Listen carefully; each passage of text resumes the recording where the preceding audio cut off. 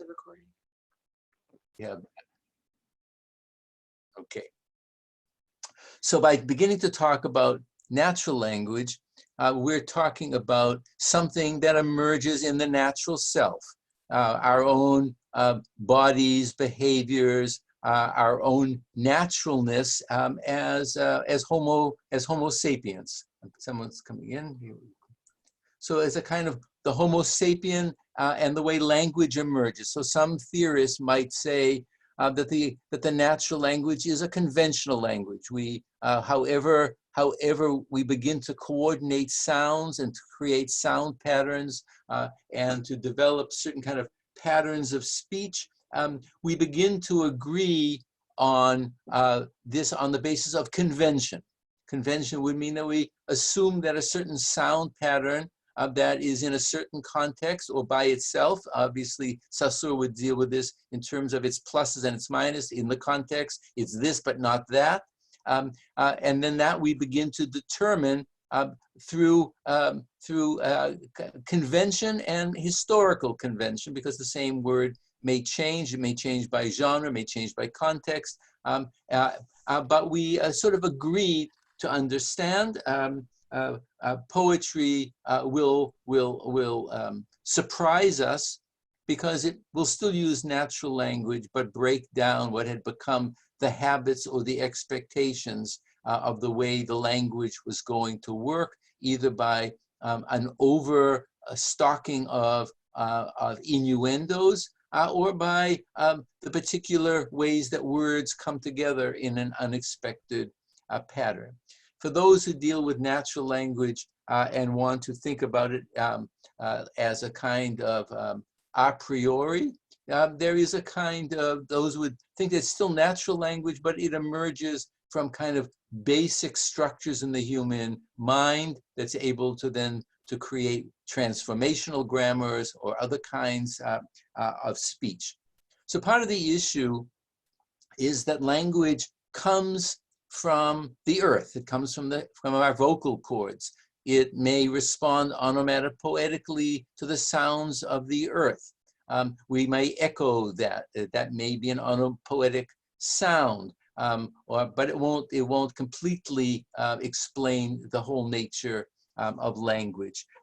So we have sounds, and then we have significations, and the significations then will be taught, learned, adjudicated, and of course, to learn to get along, you learn to understand what the signification should be at a certain point, and it would not make sense to hear a person in the grocery store as if they were a poet, or the other way around. So people make certain kinds of adjustments and accommodations.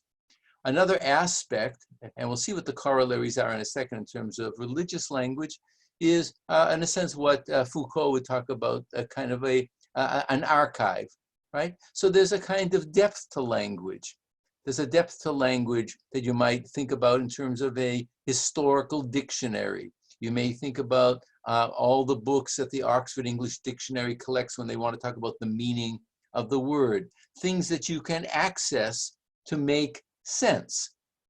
Or the things that you may want to kind of think about if you're trying to figure out the latest New York Times crossword puzzle. So you're challenged to go into the archive and to make kind of creative combinations. So the archive could be something that's preserved by academicians. It could be preserved by technical people. There can be a common archive. There are different ways, and obviously going to the university, you begin to you're brought into multiple archives. You're brought into different archives of speech units, and you're going to try to say, like, what is the language structure that I want to make sense of? Another thing that I would bring in, I'm actually choosing all of these aspects because I want to counterpoint them with a mystical or spiritual language, is what we might call the levels of communication, right? So you may, in order to communicate at a certain social structural level, it may be on a kind of a surface sense of meaning. And then irony might, even irony in discourse or among friends, if you want to give a person a kind of a dig or something, there may be an ironic a dimension to that. So there may be levels of communication. Obviously, a pun is one level of communication. You may want to speak at one level and in such a way that those who are in the in-group would maybe recode allegorically or something as a kind of more sophisticated speech, because you're trying to reach another level of audience. So there are levels of communication, and obviously the kind of school you go to and the way they bring you into the study of sources will affect what we would then call levels of communication. So communication theory is very big. It's not just discourse analysis, but communication theory. Names that you might know, like Habermas, very big on developing speech theory and communication theory to create community. Part of the issue of communication theory is to create community so that the role of language then is essentially not a solipsistic private language. And Wittgenstein, of course, would say that you can't have a private language. But these are all attempts to understand what natural language is and how we communicate. Now, as we move up through creative forms of language, there's a kind of special category of a certain kind of text that we often call a classic. And when we refer to a classic, we're sort of indicating that something that has survived in terms of its particular compositional or content significance over a long period of time. But there's another thing that we think about when we think about a classic. Even now we think about Shakespeare, or you're thinking about Ovid, or you're thinking about any kind of contemporary book that's become a classic. And that is, classics are usually assumed to be something that have a canonical status. That is to say, they're taken out of the realm of all the books and given a certain kind of special position among the books. And another aspect of what we would say is a classic, and it may is that you say, I have to reread it. There's a notion, even in a secular classic, that you don't exhaust it in the first reading, nor would you necessarily do it by speed reading, right? So in the 1960s, I remember probably antecedes you guys, but Evelyn Wood developed this thing called speed reading, and how many pages you could read, et cetera, et cetera. Well, you can't really speed read a classic. And the issue then for any kind of classic, and all the more so when you're reading a religious text, is slowing down, because every phrase and every word is assumed to have potentially great significance or hyper significance. So the notion of a classic would be our first encounter with what we might think of hyper signification. But then it would depend on the reader's perception. It's no longer part of what the author intended, as it may be in a religious text. The author intended multiple levels of meaning, but what the author intended is no longer valuable, but the community will then say, this is worth rereading, studying, reading slowly, trying to connect words up at various places in the text, things that will be important. So let us say that this is what we would call, for better or worse, a thumbnail sketch of the natural language, the natural composition of communication, and a certain kind of classical text. Now, when we move, and here I'm just going to focus by way of illustration, largely from Jewish material, because we want to stay focused on that rather than go all over the place.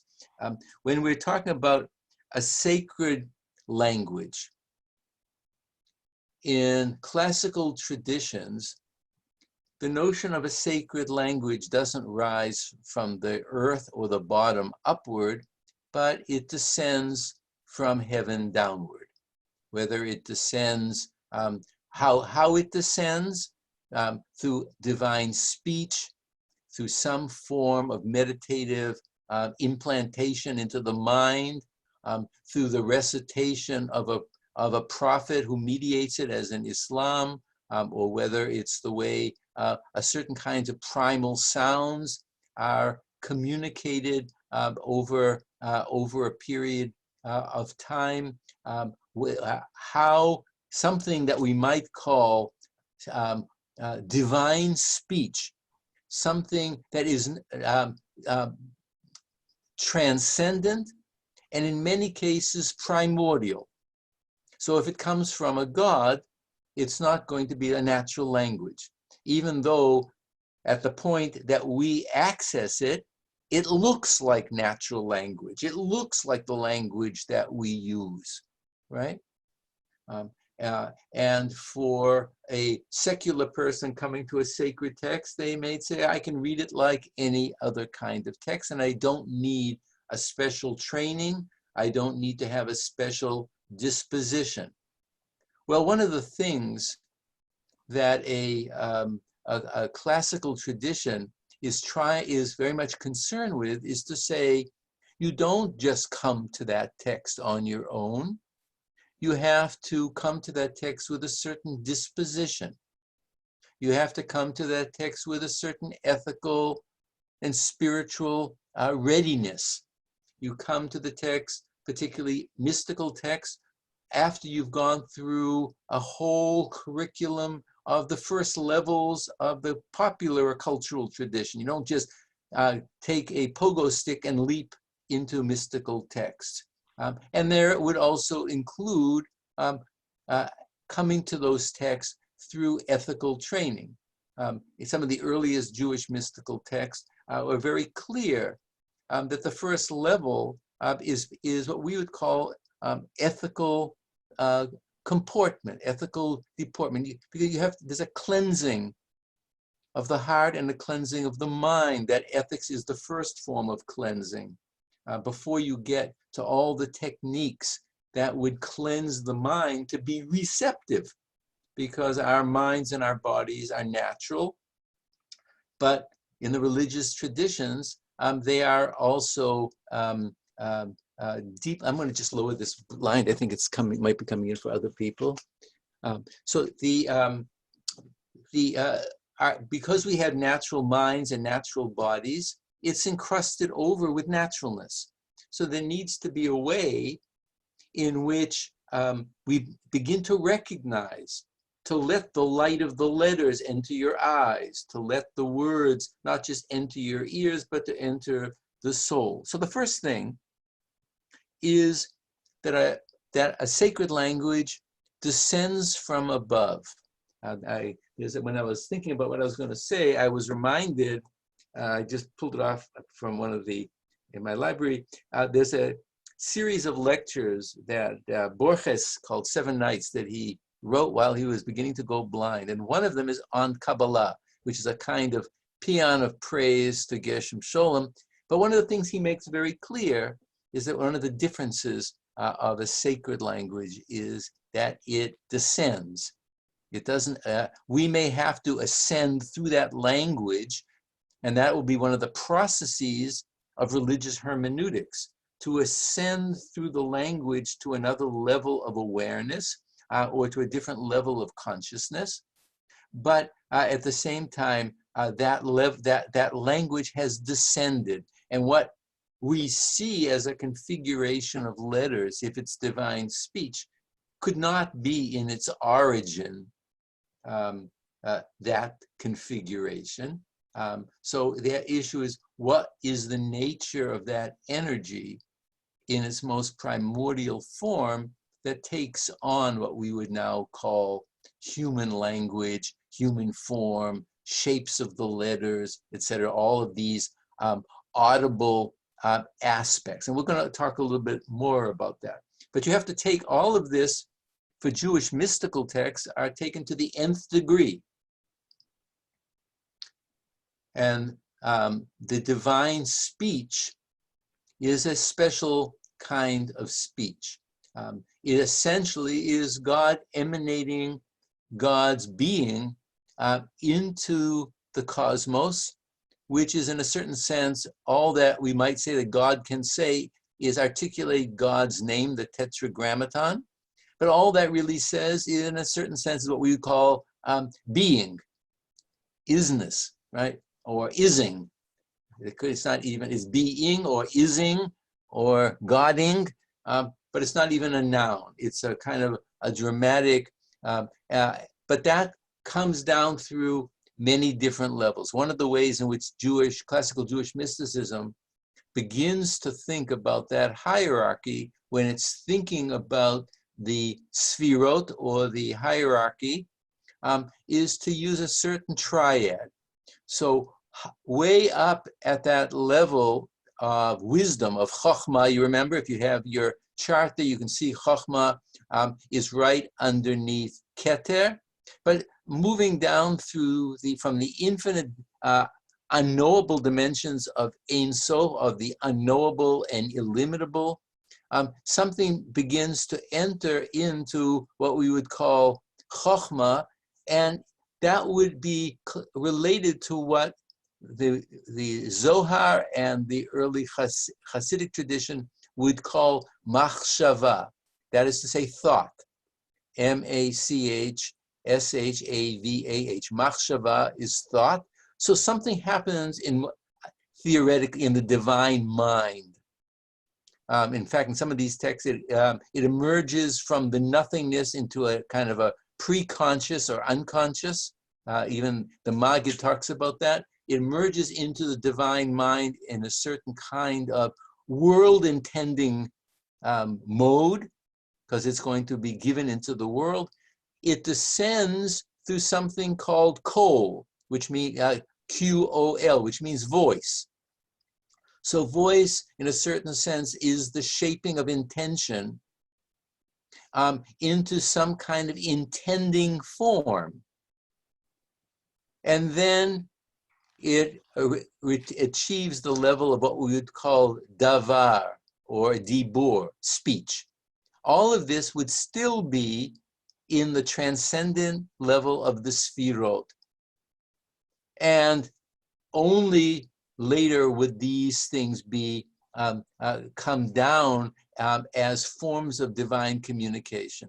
But Moses would ascend in spiritual consciousness to a level in which he has access to the dibur or the davar.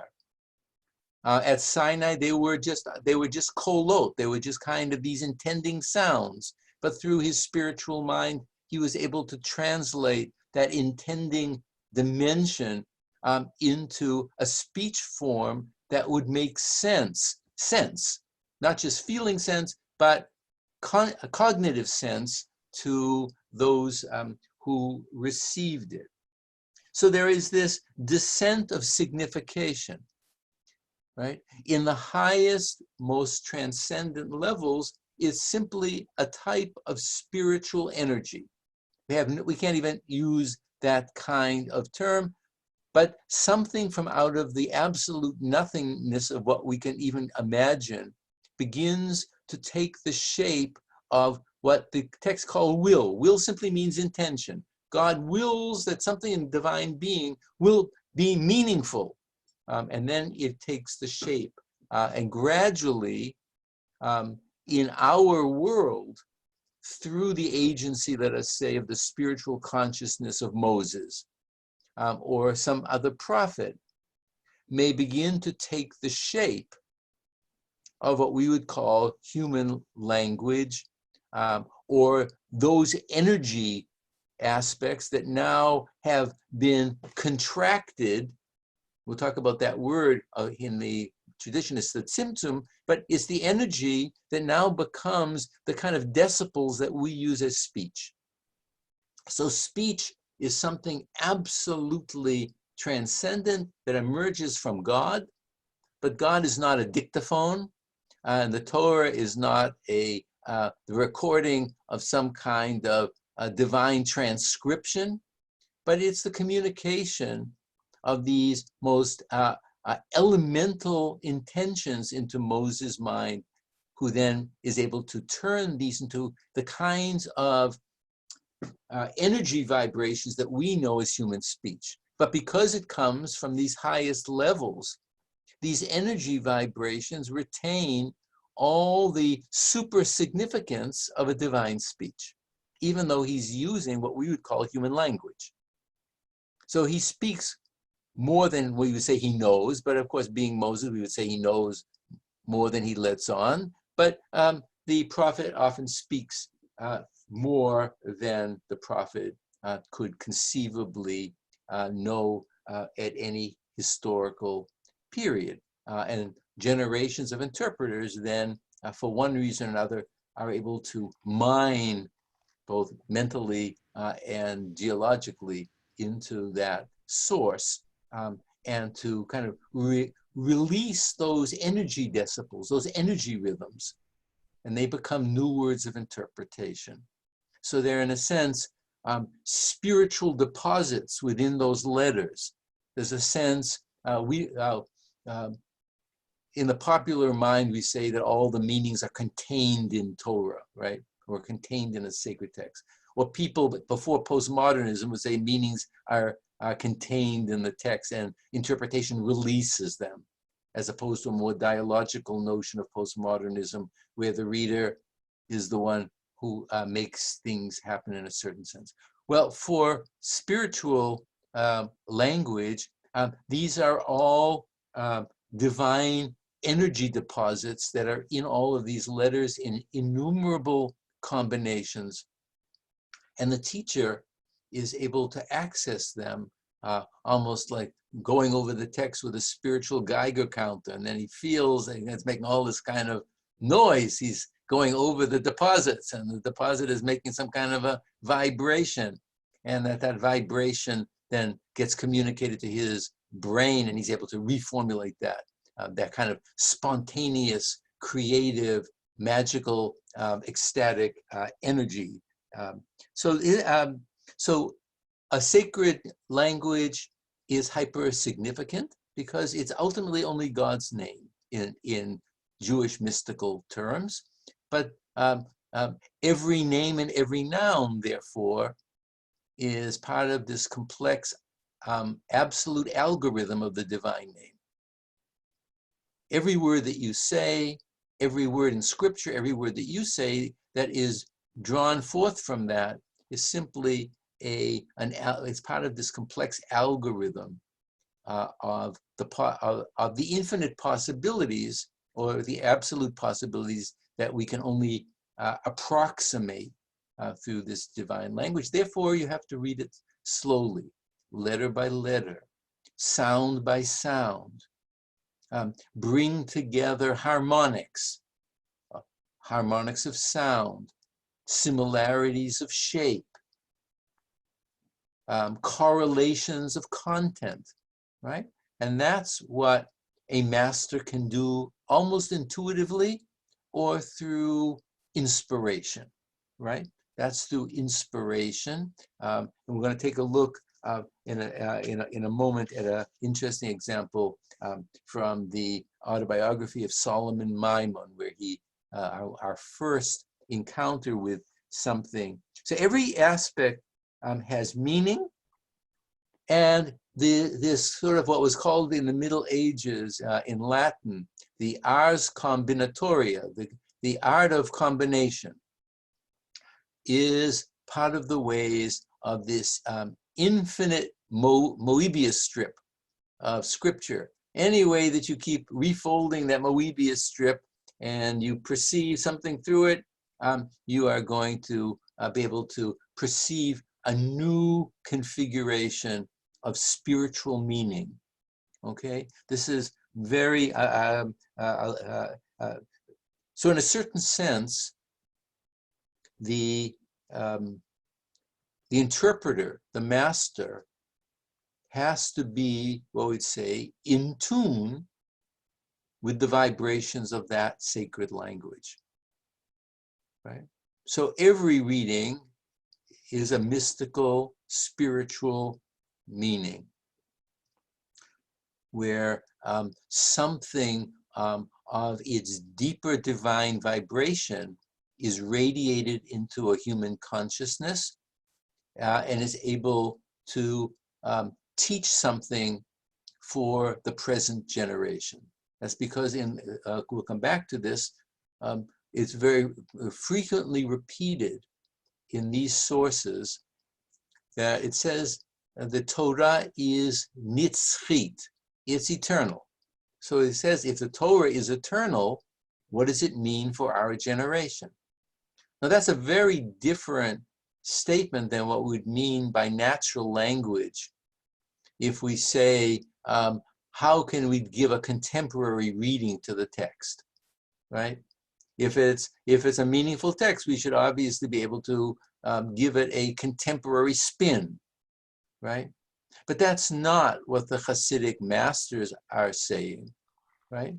They're saying that there is an eternal meaning of the text, depending, in other words, assuming that the text is an infinite sphere with infinite facets, and depending on the way the light of the imagination or the time or the way one's spiritual light hits it, it's not only going to refract, but you also may have ways in which that light penetrates through that crystal, right? It's a crystal with infinite external and internal prisms. And depending on how you turn it and rotate it, how your mind is working, and how the light of consciousness works is going to set up coordinates.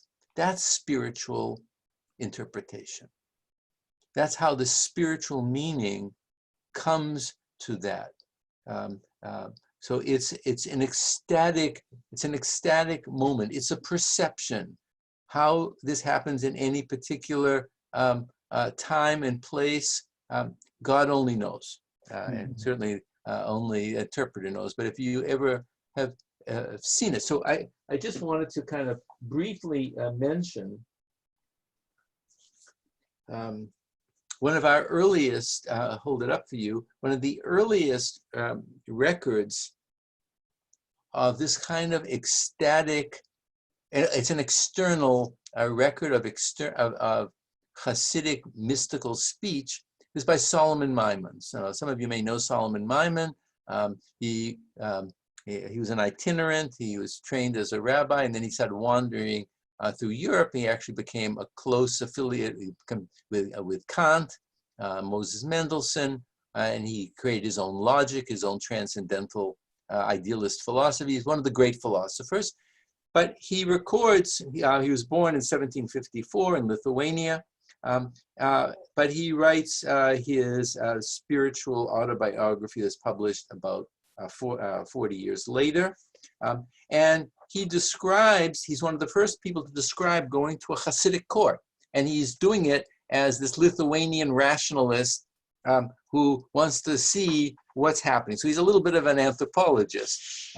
But he says he heard about this wonder-speaking rabbi and who did these remarkable things, and then he goes. So I'm going to read a second. I could not help being astonished at the exquisite refinement of these thoughts. He's talking about an earlier interpretation he heard from an interlocutor, and the ingenious exegesis by which they were supported. My imagination was strained to the highest pitch by these descriptions, and I wished nothing so much as the pleasure of becoming a member of this honorable society. So that would be the chevra, or what the early Hasidic sources call a kibbutz, a kind of a spiritual gathering. I resolved, therefore, to undertake a journey to M, which is Mezrich, because the Maggid of Mezrich. So he wanted to take this journey to M, where the superior B resided. Obviously, the B refers to Bear. His name was Dov Bear of Mezrich. And then he goes in, and I'll just briefly describe this. He goes in and he sits down in the Friday night where everybody introduces themselves, and then he talks about a specific event that happens in the late afternoon Sabbath third meal, which was considered one in which the Shekhinah was particularly present. And it was often said that the Hasidic master, the Hebrew is the Hashchina medaberet mitoch grono, that there was a kind of ecstatic speech that we would call speaking in tongues. The master would speak, the Shekhinah would speak through that person because it was a kind of ecstatic speaking. And he then describes the fact, which initially impressed Maimon, and then he tries to kind of debunk it through a kind of Aristotelian logic, but he initially was impressed. But the issue is what the master went around and he asked everybody where they came from, and then to some place or something, or something of personal significance, and then to think of any kind of verse from the prayers or from that weekly scripture. And then the master stood up, Dober Mezer stood up, and spontaneously gave a sermon that integrated everybody's name, everybody's place, all of these various verses into a spiritual teaching that would address itself to their own spiritual growth. And of course, he was blown away. If anybody's ever heard this, they would be blown away. And then, as I say, he later tries to debunk it. One second. So this is really to kind of emphasize that there's a kind of ecstatic, speech of interpretation that is very important, and that the even focusing on the shapes of the letters, the letter Aleph, which has no sound, it's just a glottal stop, right? Has all kinds of hyper significance. It's as if is all that God says is according to one Hasidic rabbi at the beginning of Sinai, and the rest is interpretation. But the shape of that Aleph, its particular configuration was given very mystical spiritual meaning in terms of being, as it were, an ideogram of the Sfirot, of the divine structures. So now to give you an interesting sense, since I had you read the article by Moshe Idel, I'm going to read from his page 7, where he's doing a text from Levi Yitzchak of Berdichev. If you can access it now, otherwise just listen and go back. And the text that he gives you is really, he leaves out some material and he compresses material, so it's not exactly the way the Hebrew text works, but it's very important for our particular purposes. Why? So one of the questions that was asked already in rabbinic times, and it appears even in the Jerusalem Talmud, is obviously before the creation, there weren't animals, so you couldn't write on animal skins, you couldn't have parchment, right? So what is the primordial Torah written on? Because our Torah is simply a more diluted version of the primordial speech of God. So according to some traditions, God wrote it on God's body. It's a configuration, but we won't go into these aspects. But one explanation that is stated in the Jerusalem Talmud is that it is black fire on white fire, okay? So we say black energy over white energy. So if you've ever seen a Torah text, you can see that it's the black letters over the white background, okay? Being understood as the most primordial configuration that would not have looked like our Torah scroll, obviously, because it's cosmic, it's divine, but it is that blueprint, right? It wouldn't have looked like that as a kind of primordial language of all other languages.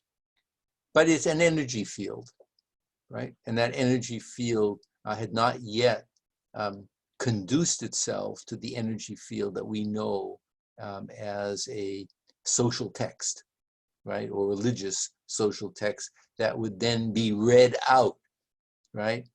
Some of you, when Moshe Idel talks about the calling out, that scripture is mikra, calling out, the same way Quran, calling out. So by calling out the words, you're kind of returning these energy pockets back to their primordial dimension.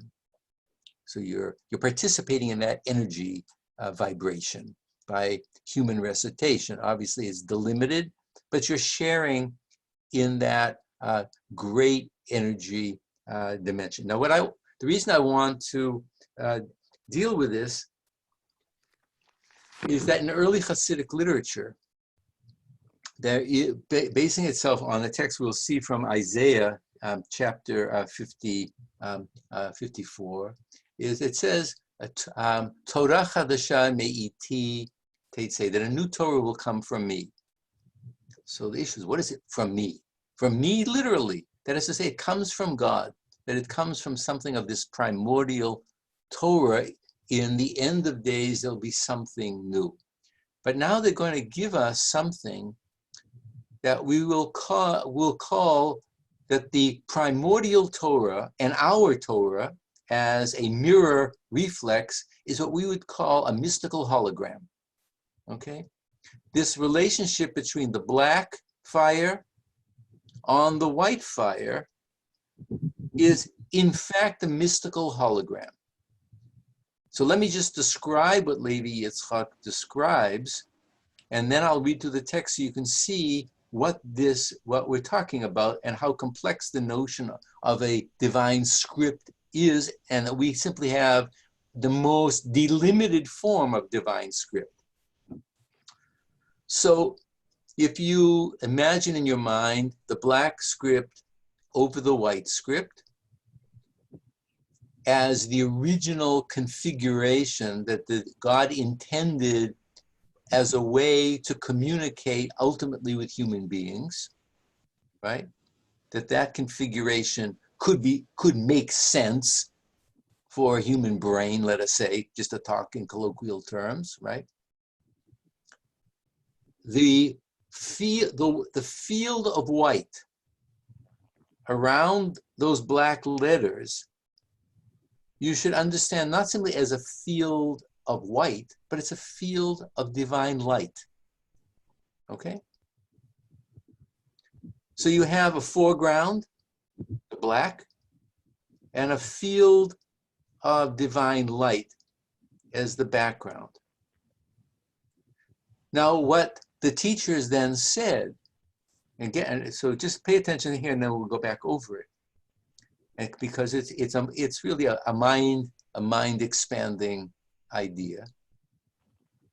That whenever that time comes, and the deepest truth of divine truth will be revealed, what we simply see as the white background of the field of light around the letters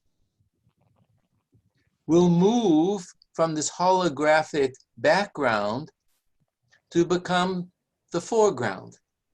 And that in fact, that is a cosmic script of God. It's another form of God's name and another form of communication.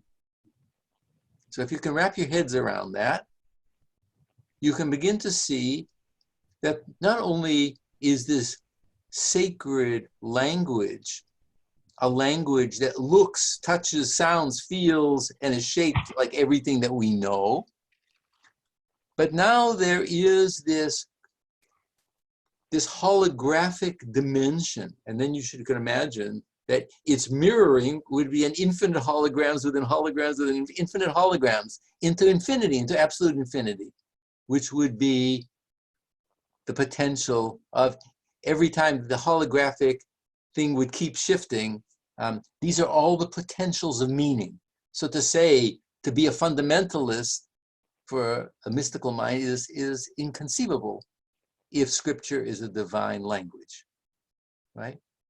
And it sort of, what it does is it breaks open your head to say that you know what God is saying, right? Or, now obviously there are limitations of speech because a tradition wants to establish a communicable language. A tradition wants to establish practices. A tradition wants to talk about how do you give honor to God? How do you pray, etc., etc.? But one should not think that that is the end of the possibilities of what a divine name or speech could be. So this is a name of infinite holographic permutations. That means meaning is the absolute squared, right? Whatever that could possibly mean, because of that infinitive inverse of possibilities. So now let me just read this text of Levi Yitzchak. If you're able to access it now through Canvas or however you're doing that. Otherwise, what I want to do is to read this and just slightly gloss it, just so that you can hear his own language. So this is how he says it. So Levi Yitzchak was a disciple around the table of the Maggid. So we can assume that some of these mystical notions are part of the Maggid's notion of sacred language as well, okay? So he says, it is known that the letters of the Torah have the aspect of inner lights, which are revealed according to the order of the emanation of the worlds. That is to say, this is the complexity before we even get to the complexity. That is to say, the letters are what we might say vessels of divine light. Every letter is a vessel of divine light, so it's a potential world. And every letter, not just to say word, descends from an infinite chain from God. Or descending doesn't make any sense in terms of God, but it's from that emanation. And there are 4 worlds before, and our world is the lower world. Each world has 10 sfirot, and each sfira is made up of all the 10, and every letter in it that is made up of all the Torah. So we're talking about an infinite amount of worlds and chaining, the infinite chain of lights before it even comes down to our practical world, okay? So it's both, even the word of the black fire is filled with light that has to be broken open. It's hidden, and it has to be opened up in terms of its light, not just the field of light, but the word itself is contained in light. But because we're human beings, we can't see the light and the black at the same time. We need to see things by contrast. Okay? So he says the boundary of the white that encompasses the letters possess the aspect of the encompassing letters. So in addition to the letters having light, the surrounding field have light, okay? Which are not revealed, but are found in hiddenness. So you have no idea that the white page of the text has meaning, right? For you and me, it's just contrast so that we can make human sense, okay? So we're getting into the mystical thing a little bit. From this, we may understand that the white boundaries possess all the aspects of letters, but they are hidden letters, higher than the revealed letters. So there's an infinite series of possibilities. Then he goes on to say that when the handmaiden at the sea, she saw higher than what Isaiah or Ezekiel were able to see when they had their cosmic vision, let us say in Ezekiel 1. And they will see, they saw the whiteness as meaning, right? That glory was revealed to them, which is the new Torah that will come at the end of days. So there was a perception of that because their minds were at such a high state after the Exodus, and when God appeared, they would say that. And the part of the text that ends, which Moshe Idel doesn't translate, it ends, a new Torah will come forth from me, right? That's God speaking through Isaiah. And then the Hasidic Rebbe says, using an Aramaic term, daika, v'havein. Literally, and understand that this is a mystical secret, right? That is, it is an emanation of divinity. So we're living within the sphere of the emanations of divinity, and everything we see is a configuration. And I should just say, before we move a little bit forward, I'm keeping my eye on the time, and we'll have a break maybe in about 15, 20 minutes. When you look at the natural world, you would be wrong simply to say tree, flower, person, Marcel Marceau dancing, a shape, a thing like that. Well, they are that, but everything is also like a letter. It's a vessel of light, right? And so how do you read the natural world as a divine script? How do you read anything when you go out on the street as a sacred script? Because it's obviously also some algorithmic relationship to Torah. To read the world is to read Torah in its most natural sense, right? Because everything contains that light within it, right? And then you have to, so the part of the paradox is you don't know who's containing what kind of light until you interpret them, let them speak, let their own inner light break open, because they are texts as well. So the Talmudic notion that a human being is a Torah is now taken in a much more complex sense, right? Which maybe we'll have a chance to go into much more deeply. But that's already a Talmudic notion that a person who studies is a Torah. But to say that a person is a divine configuration of energies, and each person is that, and you have to know how to read them, and they are channeling these energies, and the channeling those energies may be blocked if your soul is blocked or your instincts and your emotions are blocked. Then you're going to be channeling, blocking that in a variety of combinations. All of which is to say, and this bears very much on these mystical notions, is that for Jewish mysticism, let us say the Zohar, 13th century, and all those traditions of the Zohar that were being studied, to learn how to read scripture is to learn how to walk the trackless wastes or the trackless spheres of divinity. In other words, everything in the Torah is in fact describing ultimate configurations about God, right? So any sentence that you would read, the rabbis are going to debate. So is this the connection between chesed and gevura, between grace and power? They're going to try to decide what is being actually, what is inscribed in those letters, what part of this cosmic world of which is God.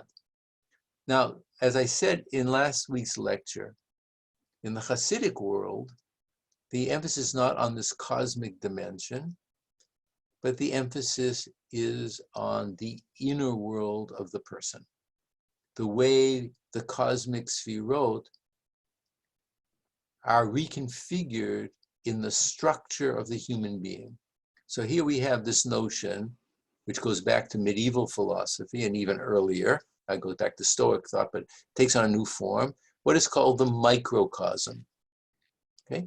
The human being as a microcosm means that the human being has the same structure of energies, albeit in a micro distorted form, as in the macro form, which is, or what's called the macanthropos, the super image of God, of which human beings are in the divine image, as it were. Okay?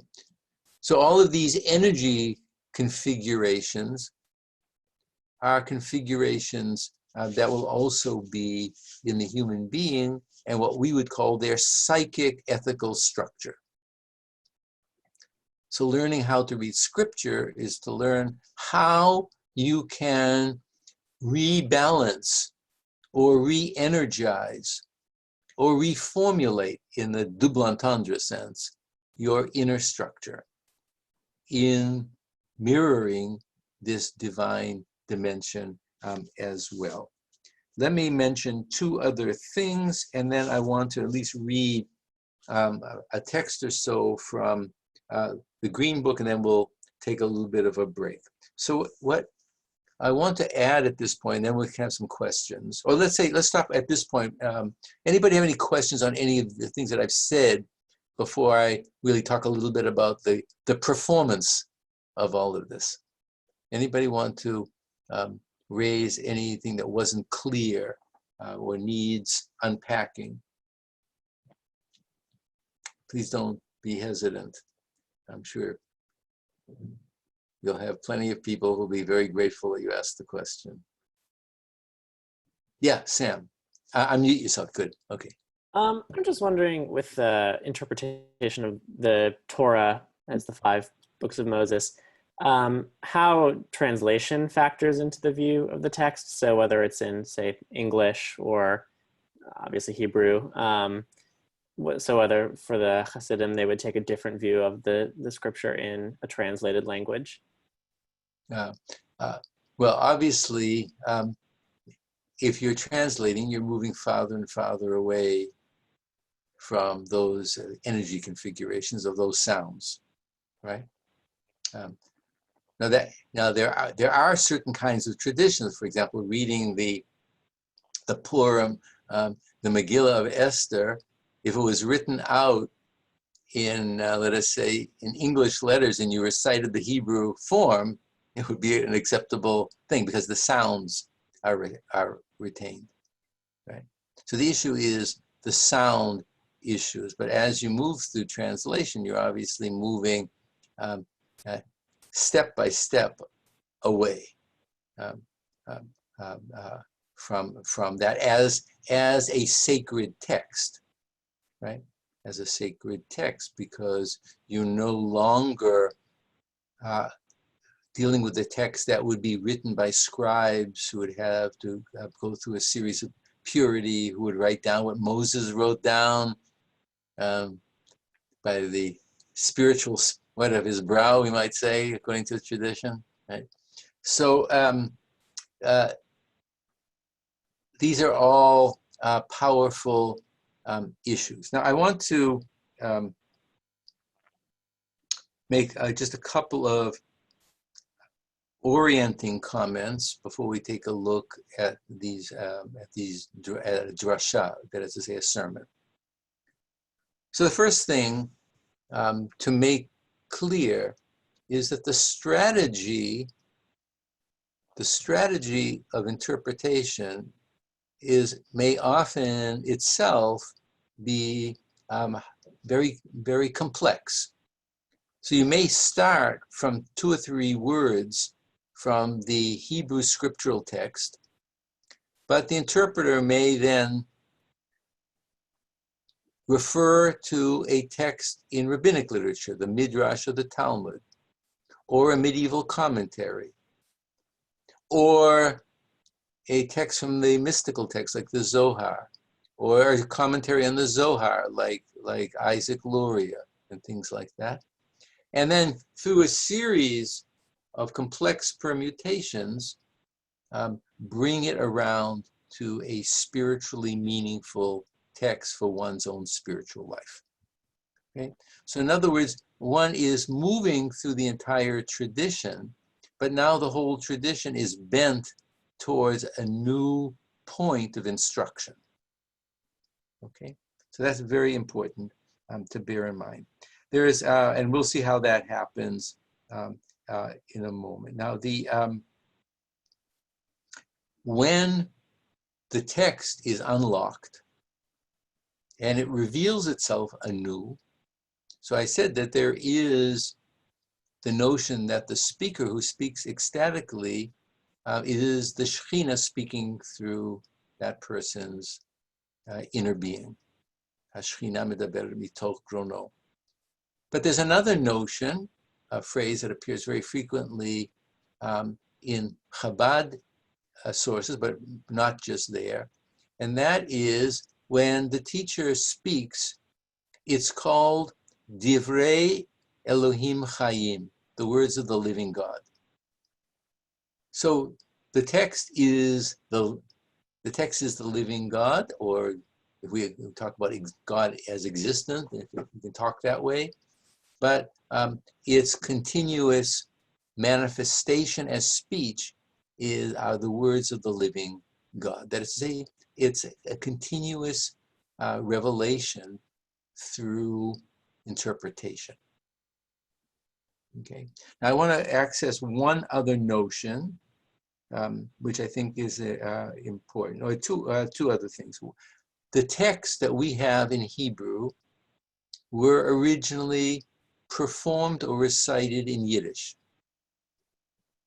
Okay. And it was usually performed and recited in Yiddish to a very small group of disciples in the afternoon of the Sabbath. And then, as even now, since it's forbidden by Jewish law to write on the Sabbath, certain people would be designated as rememberers. Even they call zochrim, people who would remember. And after the Sabbath, they would write down what they remembered from the Yiddish, and eventually it would be translated into Lashon HaKodesh, namely Hebrew, a sacred tongue. You wouldn't publish a Yiddish text as a sacred text. It would have to be translated. So we're going through a series of permutations already. Sometimes the master, like the Sfat Emet, actually did edit some of his material, not all of it. It looks like the Ma'or Einayim that we'll be studying was highly edited by a very astute person, but in many cases, it has the kind of choppiness of a transcription that was remembered, and the super choppiness of people who spoke in Yiddish and hardly knew and having trouble putting it into a certain kind of Hebrew. Okay, so deciphering a Hasidic davar teaching is sometimes difficult because it's so, what we call in English terms, it's lacunous. There are gaps, right? And it's choppy. And in many cases, to read it, you have to be able to hear the Yiddish word that they are trying to translate, right? Because sometimes, sometimes you have to work really hard to do that, and sometimes you can hear the Yiddish that caused this weird distortion that's in a Hebrew, but it's really a Yiddish word. Okay, so we're a little bit far away. So that's one point. One other point, and that is a famous debate, which I'll only just allude to. And that's a famous debate that's known as the Sholem Buber debate. Okay, Gershom Sholem is a professor of Jewish mysticism at the Hebrew University and the founder of the academic study of Jewish mysticism. Well, let's see, the founder of the modern academic study of Jewish mysticism. Martin Buber should be known to many of you, but one of his great claims to fame is that beginning in 1897, he began to copy and publish Hasidic texts in the belief that tradition was becoming moribund and it needed to be reinvigorated by these powerful texts. Now, what's the debate? Buber believed that the correct way to understand the Hasidic ethos, that is to understand the Hasidic worldview, its mind, and its spiritual temperament, is to look to the, what is called in Yiddish, the maises, or the ma'aseh, the narratives, okay, the legends. So some of you have seen in English the legends of the Hasidic masters, the legends, right? In fact, they had a big, powerful impact in Europe. Hermann Hesse twice nominated Martin Buber for the Nobel Prize in Literature based on these Hasidic tales, the great impact they spiritually had on Germany at that period. Although for Buber, they went through a whole series of iterations, and the final ones were into the 20s, but many of the early ones, he actually wrote a huge early text called Der Grosse Maggid, and it's to say the Maggid of Mezer, some of his teachings. That was one of the early ones that he did, actually. So Buber felt that the Hasidic literature was addressed to the common person, and that literature is speaking to their immediate spiritual reality in concrete, everyday terms. Okay? Sholem said, oh no, if you really want to understand the Hasidic ethos, its intellectual and spiritual mind, go to the sermons, the intellectual content and interpretation. Now, I've already told you that these intellectual things were initially given to a very often a very educated elite. Once they were turned into a sacred text, they were diffused and published, and they became forms of Hasidic propaganda to the masses.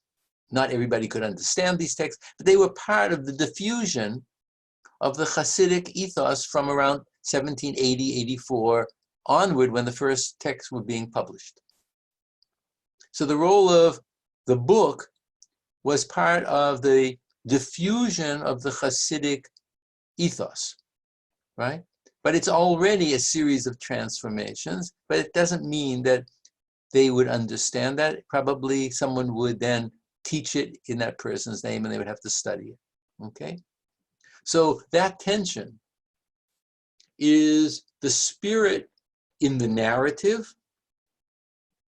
and a narrative that's geared, and of course for Buber said the following, it's not just the spirit in the narrative, but it's a narrative to say, how am I going to live my life now in the concrete here and now, right? Hic and nunc in Latin, right? Right? How am I going to do it now? And for Sholem says, no, if you want to really understand Hasidism, you have to understand it as the intellectual product of these masters who, in fact, were trying to return the world to cosmic spirit. Because if the world had descended from spirit into matter, the task of the spiritual act and interpretation is to raise that up.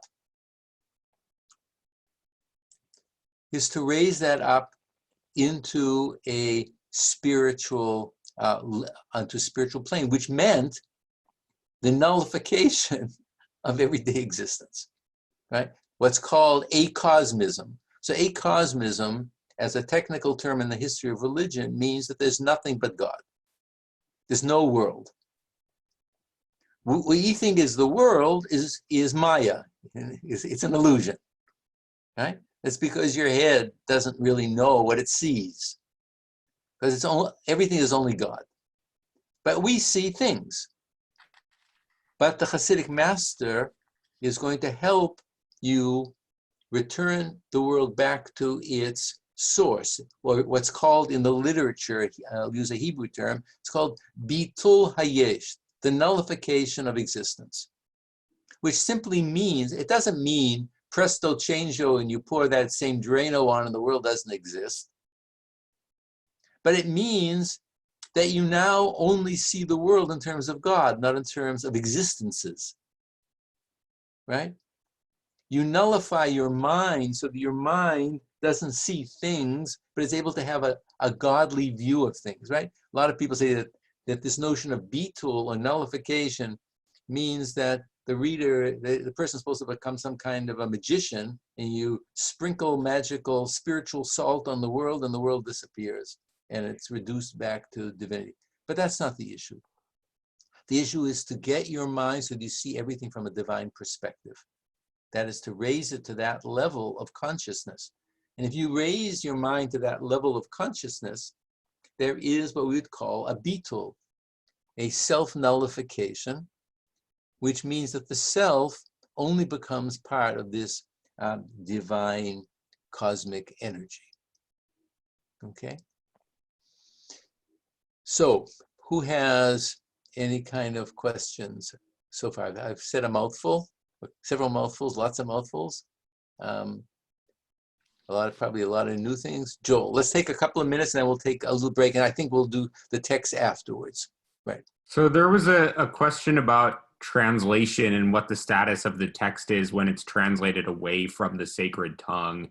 I'm curious about the status of translation when you talk about how the sermons were originally given in Yiddish and then were translated into Hebrew, the sacred tongue. Was there an idea that they actually became more holy because of the process of retranslating into the sacred tongue, or was the idea that they are just as holy in Yiddish as in Hebrew?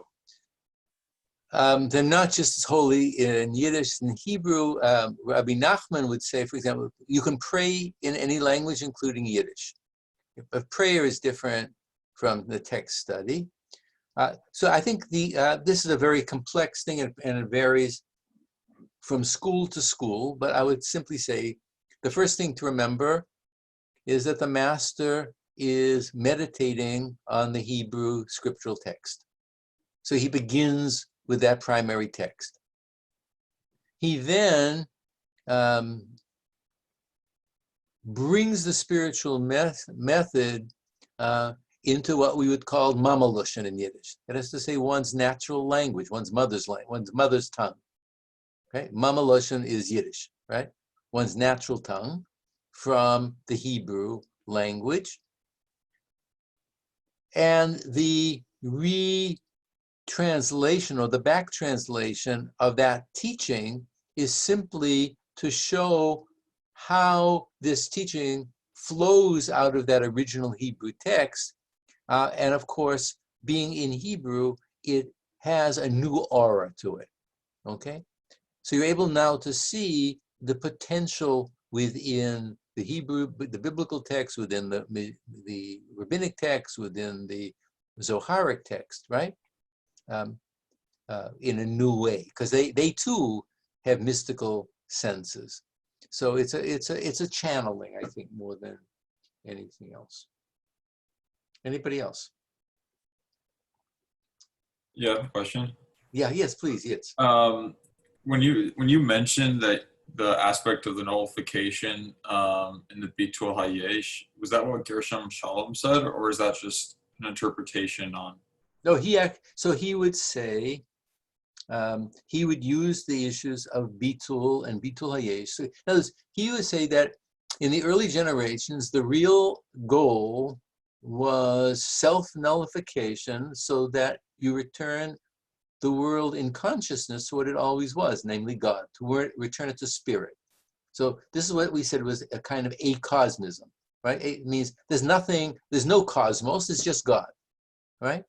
So he would say,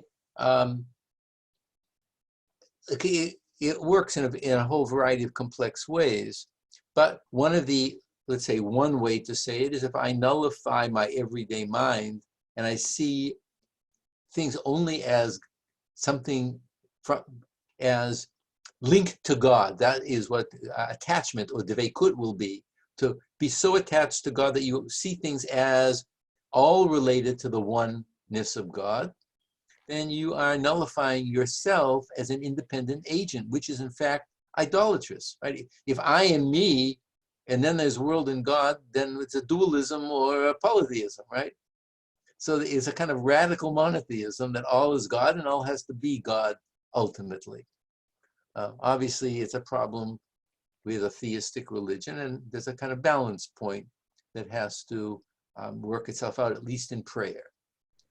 In certain and Fisholem would say that ultimately there is no, what mystics would call unio mystica. There's no ultimate descent, let us say, of the drop of water into a pool where it disappears.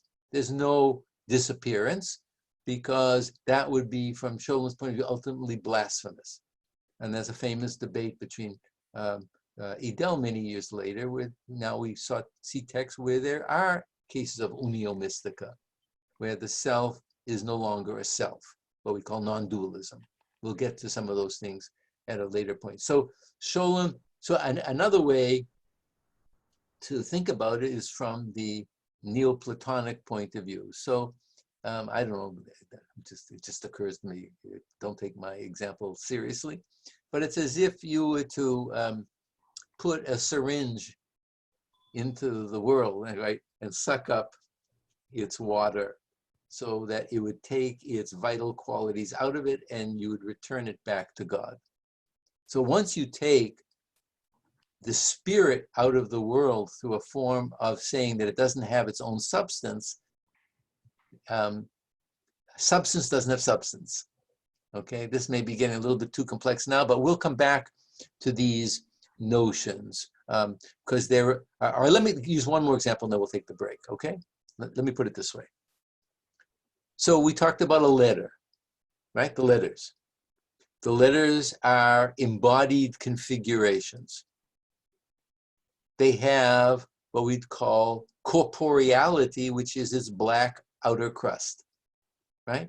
And then they have spirit within them. Now, the letters can't make words without vowels. The vowels, which are underneath the letters or between them or above them, is the animating ruach, or spirit of God, in your voice. By your modulation of the breath, you release the light within any letter. But as you do that, its spiritual potential may ascend to heaven, right? And when it does so, that doesn't have independent existence, but it's now reattached to God. So we're getting a little bit ahead of ourselves, but Sholem did take a stand that Bitul Hayesh was the core, the nullification or the nihilization of corporeal existence was at the core, the same way it might have been even with Plotinus or early Neoplatonism, that the spiritual embodiments that make nature appear, because nothing could exist if there wasn't some spirit in it. Nature by itself has no character. It has to be infused with spirit, even going back to Plotinus. You bring that into an ascending sphere. Once that ascends, then that is will return to God. So it's this is a kind of a complex dialectic. So on my clock, I'm here in the East Coast. It's almost 7. So you guys, it's 6, and we have still about a good. So let us take. I have 2 minutes to 7. So let's do 12 minutes. We'll reassemble at 10 after 6 Chicago time, 10 after 7 East Coast time. That's 12 minutes from now.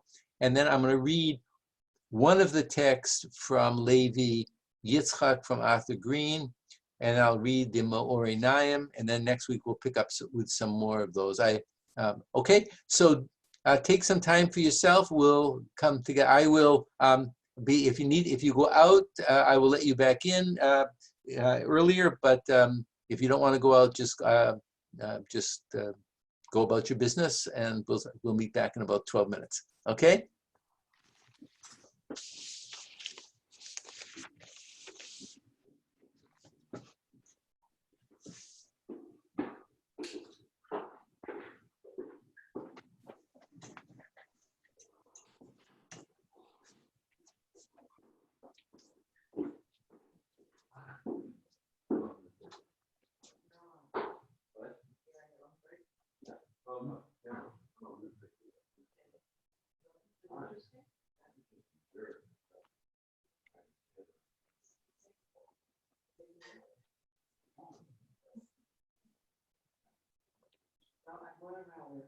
couldn't find what I wanted, but I knew what aspects I was looking for. So probably tomorrow morning, I'll sit down with the instructions, figure it out.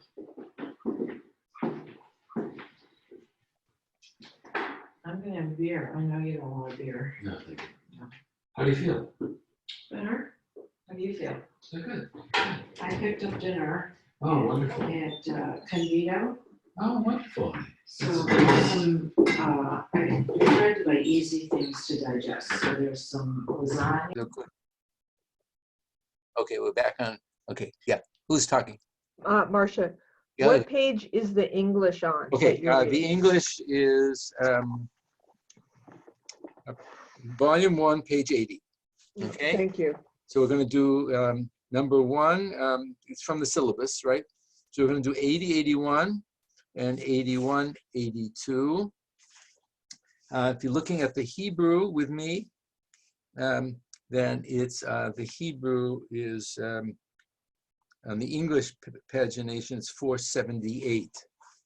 Okay, at the end of the book. So I'm going to, I won't read the Hebrew, but I will do a translation and maybe gloss some terms because I just want you to know what the master really is saying and not in a more popular translation form. Okay, that has nothing to do with the greatness of Green. He's a great scholar, and he has a very keen ear to what translation should work. And so I'm, with all deference, I'm still going to give my own versions of this. Okay. So now the commentary is going to be on Genesis 1:1. Hebrew Bereshit bara Elohim et hashamayim ve'et haaretz. In the beginning, God, Elohim, that name, created the heavens and the earth. Okay, so this is, we have just a fragment. One of the reasons I'm going to do the longer sections from the Einayim is because Green has taken little snippets out. And at a certain point, you need to hear how these sermons develop, right? These are kind of, okay. So I'm beginning to translate, okay? The overall principle is, in Hebrew is haklal. The overall principle, that is the overall spiritual principle, the overall metaphysical principle, the overall ontological principle, is that the Creator, be he blessed, created the all or everything, and he is the all or the everything. So it's a triple pun, right? The klal, the generalization, the overall rule, right, is that God created the kol, the everything, the all, and he is the all, right? Okay. So obviously there's an all that God created, and then God's beyond the all because God is the creator. But you see this, where he's going. And the emanation or the influence or the efflux, right? That which flows down, right? That energy, the hashpa'ah, the shefa, the flow, that cosmic flow that creates existences, never ceases forever. So creation is eternal. It's always happening, right? So God who is the all, is always creating the all, and the all is always becoming all every day anew, right? There's no gap. So how, if there's no temporal gap, but the all is constantly alling, right? God is the all, so the alling is always alling into all. Okay. So these are adverbs and energy terms, right? They're not just abstract nouns. And the hashpa'ah, God's that flowing, the influence that comes from primordial dimensions into what we call world, into the all never ceases. So there's a ceaseless creative flow of energy that comes from God. Whatever else God decides to do in God's spare time, but God is constantly alling. Okay? Because at every time, bechol, he's playing on it again, right? At every moment, God causes the efflux or the influence or the cosmic energy to flow down to his creations. Ulechol ha'olamot, and to all the worlds. Ulechol ha'hechalot, and to all the palaces. So these are kind of all these kind of cosmic dimensions in the metaphysicals, and to all the angels, and to all the angelic host. Okay?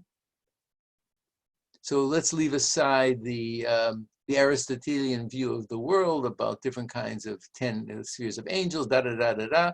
But what we have is the all is alling from a primordial point and creating all constantly, incessantly, and without cease, and it causes everything at the highest metaphysical levels to be. Okay, that is to say, all these worlds, all these palaces, all the angels, all the holy energy things. These are just simply other ways of, these are kinds of ontological repositories of the way the energy flows. Okay? Let me just go through the end, then we can ask questions.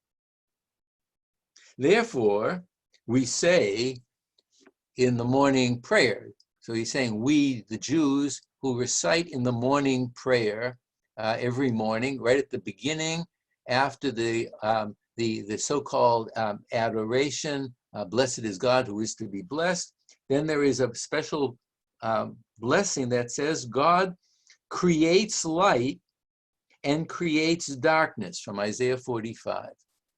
Okay?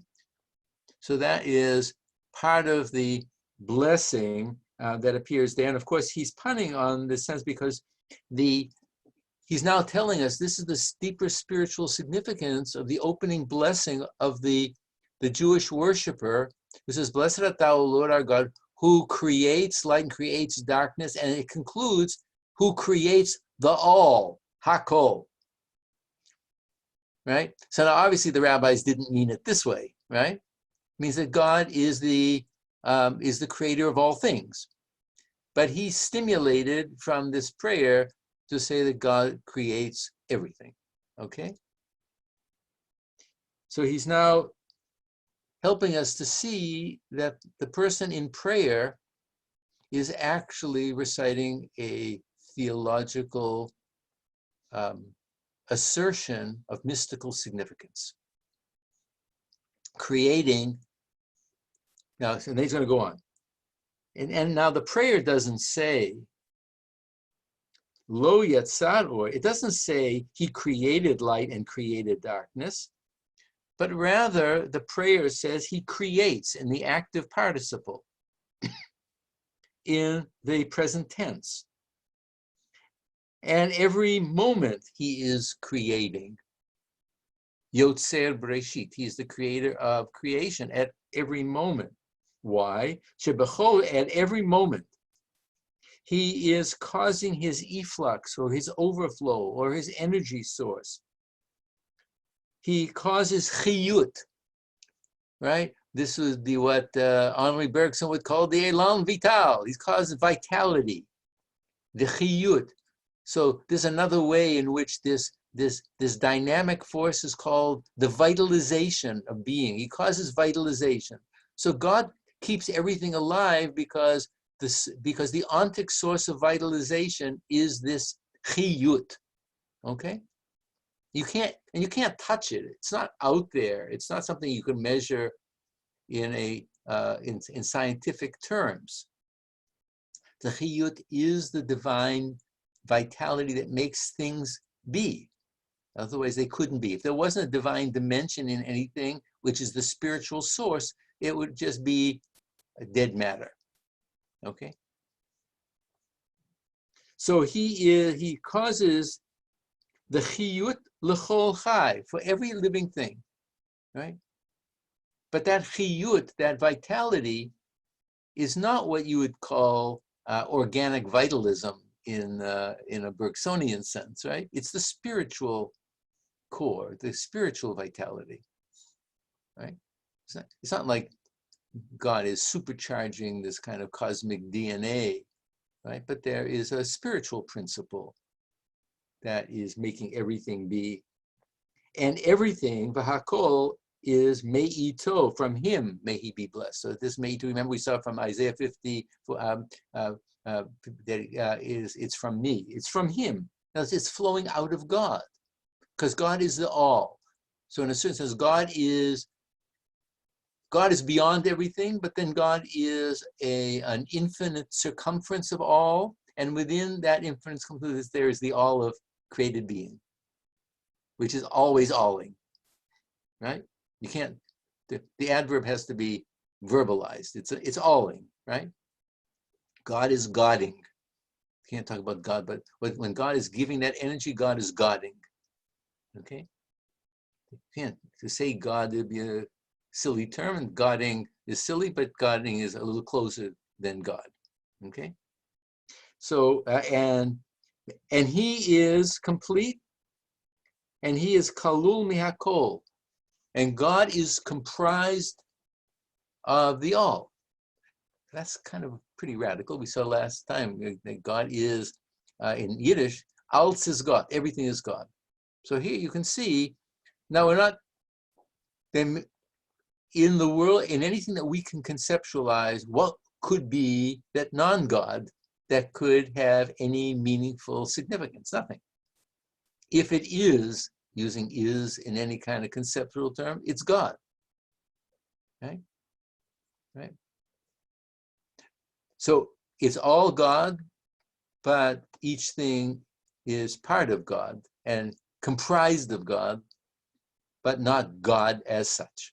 Because God then, so here there's a kind of balance between the transcendent God and the immanent God. So God is totality, but then there is the thing that God vitalizes. So the teacher is trapped by his language, but you can see there's a radical, what we call last time a panentheism, right? Everything is in God, who is the totality of everything. So everything is in God, and God is comprised of all of that. So anything you do harms God. In other words, anything you do that affects the flow of being, either through physical action of hurting another person physically or through mental action, right, is going to cause a wound. And that wound then affects this totality, right? So he's appearing now as a radical teacher.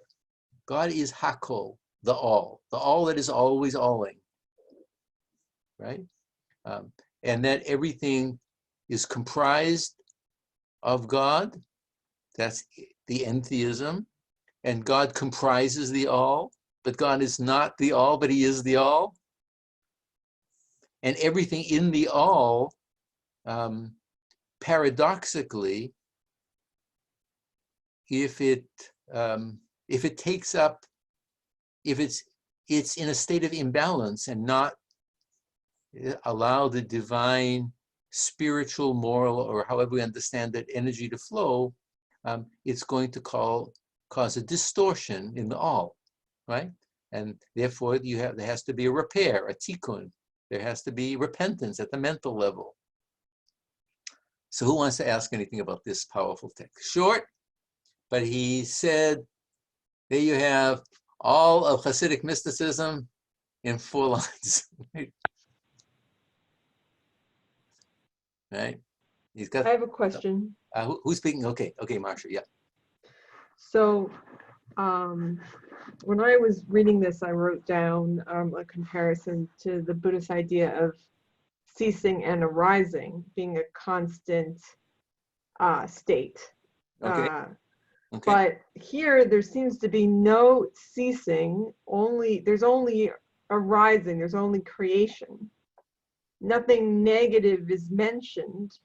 So that would imply that the way that they see the world is that it was created, and then more was created, and then more was created, and the creation doesn't stop, so it just collectively keeps getting bigger. And there's no nothing ends. All right, so let's not get too caught up on the quantitative aspect of it. It's more of a qualitative issue. So I think the best way to try to wrap your head around it at this early stage is to say, ask the question that they're answering is, how does God sustain the world? What's God's ongoing providence? How does God sustain the world, right? So you had different answers in the Middle Ages, right? Or you had different answers in the 18th century. God winds up the clock and it goes, right? That was the divine, the deist notion, right? God, the divine clockmaker, he winds it up at the beginning and it just runs. And then maybe there's entropy and it runs out. This is not going to run out. There's no entropy here, right? Or there may be an apocalyptic end, but there's no entropy. But then a lot of Arabic philosophers, Avicenna, others asked the question, well, if it says God, if the world is new every day, does that mean that there's some kind of a point when the world is not and then he creates it new every day, or do they flow one into the other? So there was a philosophical problem that's lying behind this, and he's not going into it in any detail. But the thing that you want to bear in mind is that part of what he's saying is, how does God sustain the world? God ceaselessly sustains the world, and it's constantly being renewed by this ever recharging energy, right? It doesn't flow back to God in this sense, right?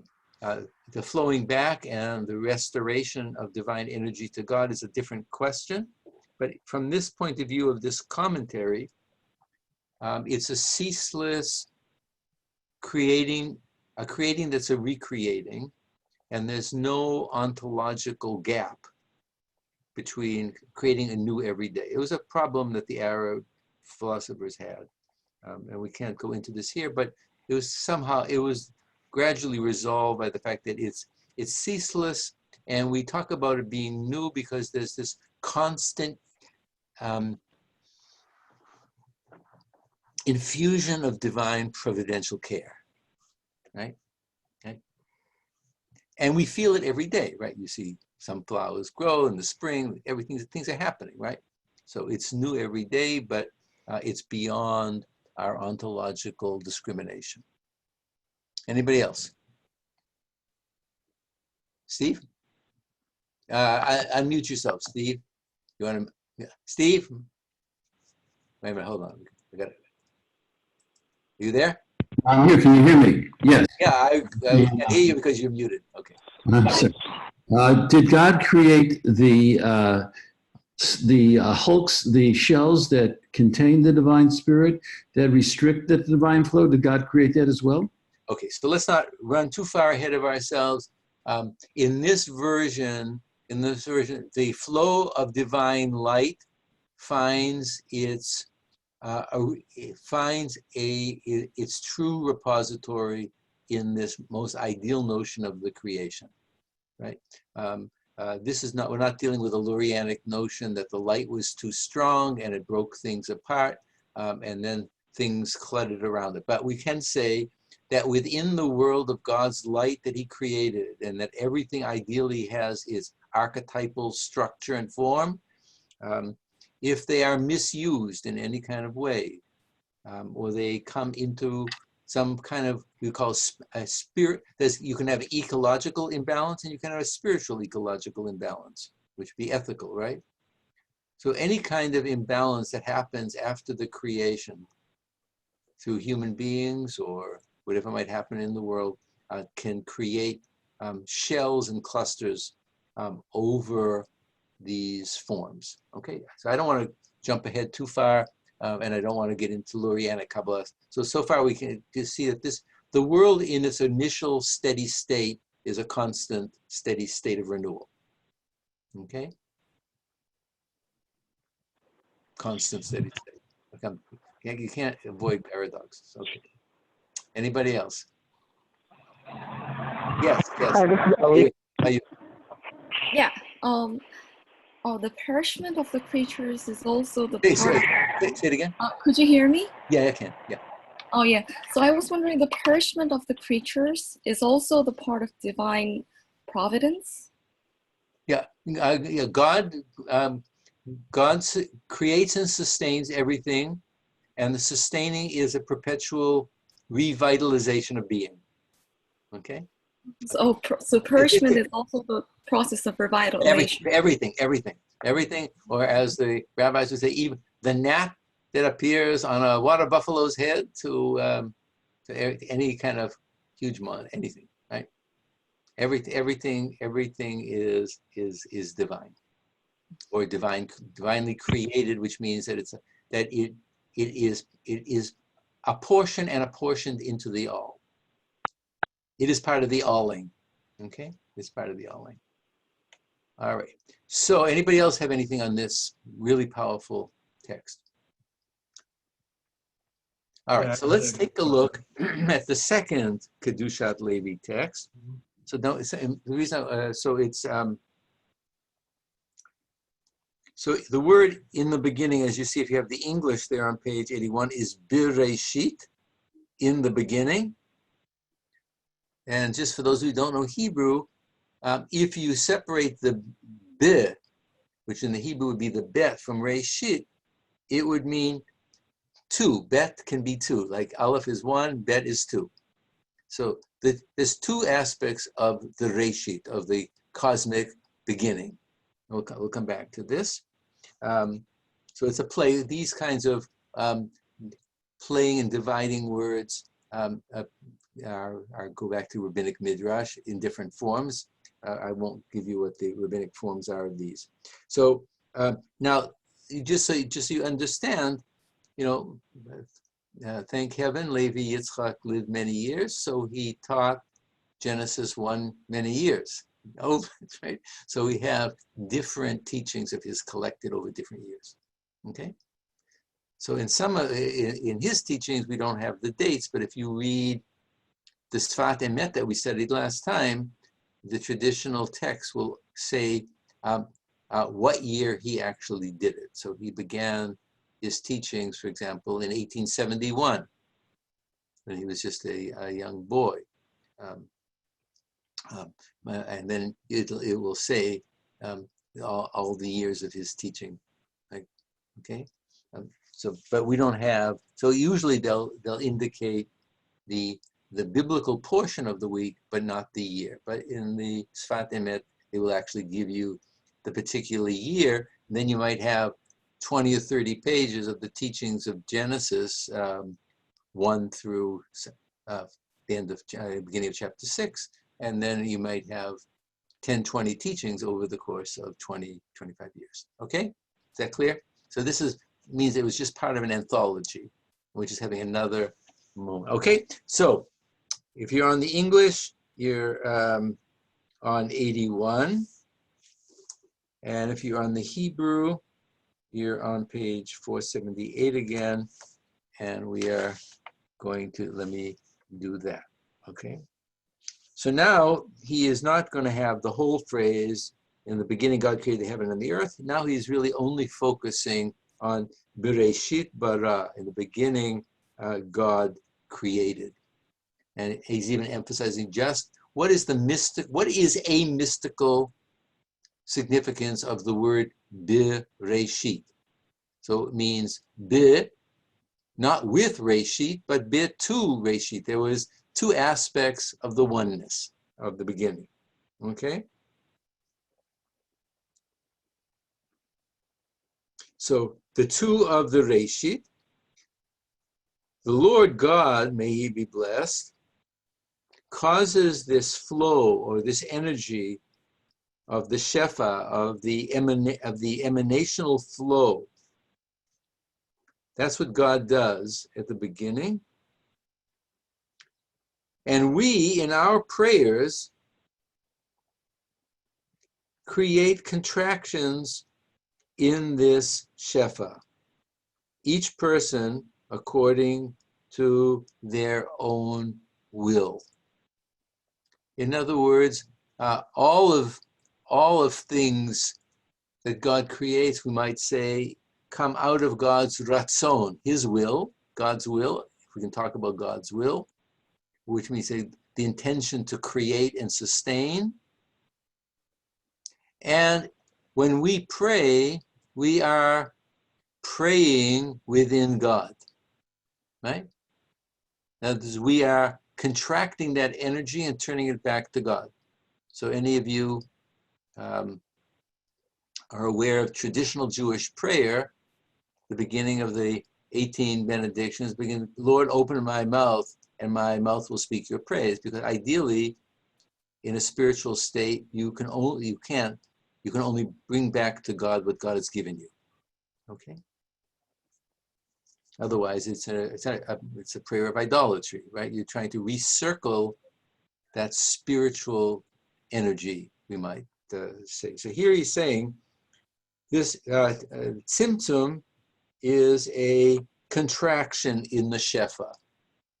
So here he's saying is, or let us say, since we've been talking about language today, let's just leave it at that. Our formulations are taking this cosmic energy and turning it into language, which we then redirect to God, right? And ideally, it would be a spiritual recircling of that spiritual energy, or it may readdress it as pain and need, but it is something that is contracted out of it, that is human language. So obviously any form of contraction is, in this case, is our delimitation of the unlimited, right? Everybody with me on that? God as Ein Sof is the unlimited. Anything that we do or think or say is our delimitation, right? That's why I said last time that one of the Maggid's teaching was that you can only speak about God or say anything about God to the degree, according to the expansiveness of your mind. If you're small-minded and have bad thoughts or limited thoughts, you're going to have that kind of a notion of God. If you think in concrete terms, you're going to think about God in concrete terms. Okay, you can't escape yourself as a spiritual being. You can't jump out of your shadow, right? I'm going to be a spiritual being, but I'm going to be, my own messy, stupid, thoughtless self. Okay, so if you're thoughtless, you relate to God in a thoughtless manner. Okay, so now let's go back.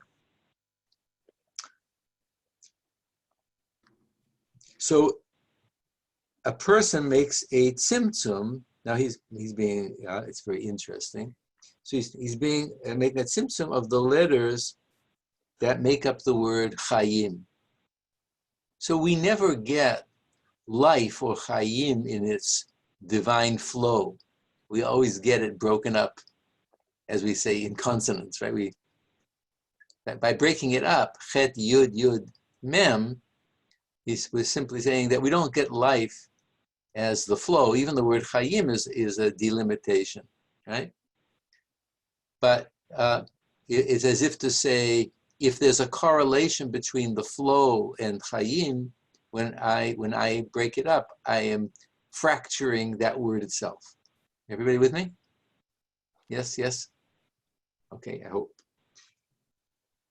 And then he says, and the same thing happens with chachma, or wisdom. So if we say that something in the supernal realms of being, if we want to use that, produces some kind of a cosmic wisdom that is related to cosmic wisdom, however we want to define it, something that makes things cohere, let us say, if that would be a definition of wisdom. But even if you use chokhmah or wisdom you're participating in cosmic wisdom, and it's going to be fractured into its component parts. And you're only getting a piece of it, right? That's why, so he gets at that simply by breaking the letters up into now their four components, chet, kaf, mem, he. Actually, those of you who are looking at the Hebrew know a little bit of Hebrew.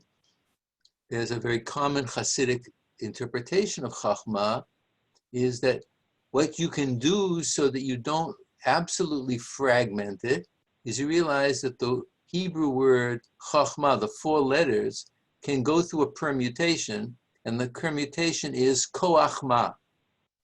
That is to say, the strength or the potential of whatness, of what. That is to say, and this relates back actually to, I think, what Yitz was implying about the Bitul Hayesh.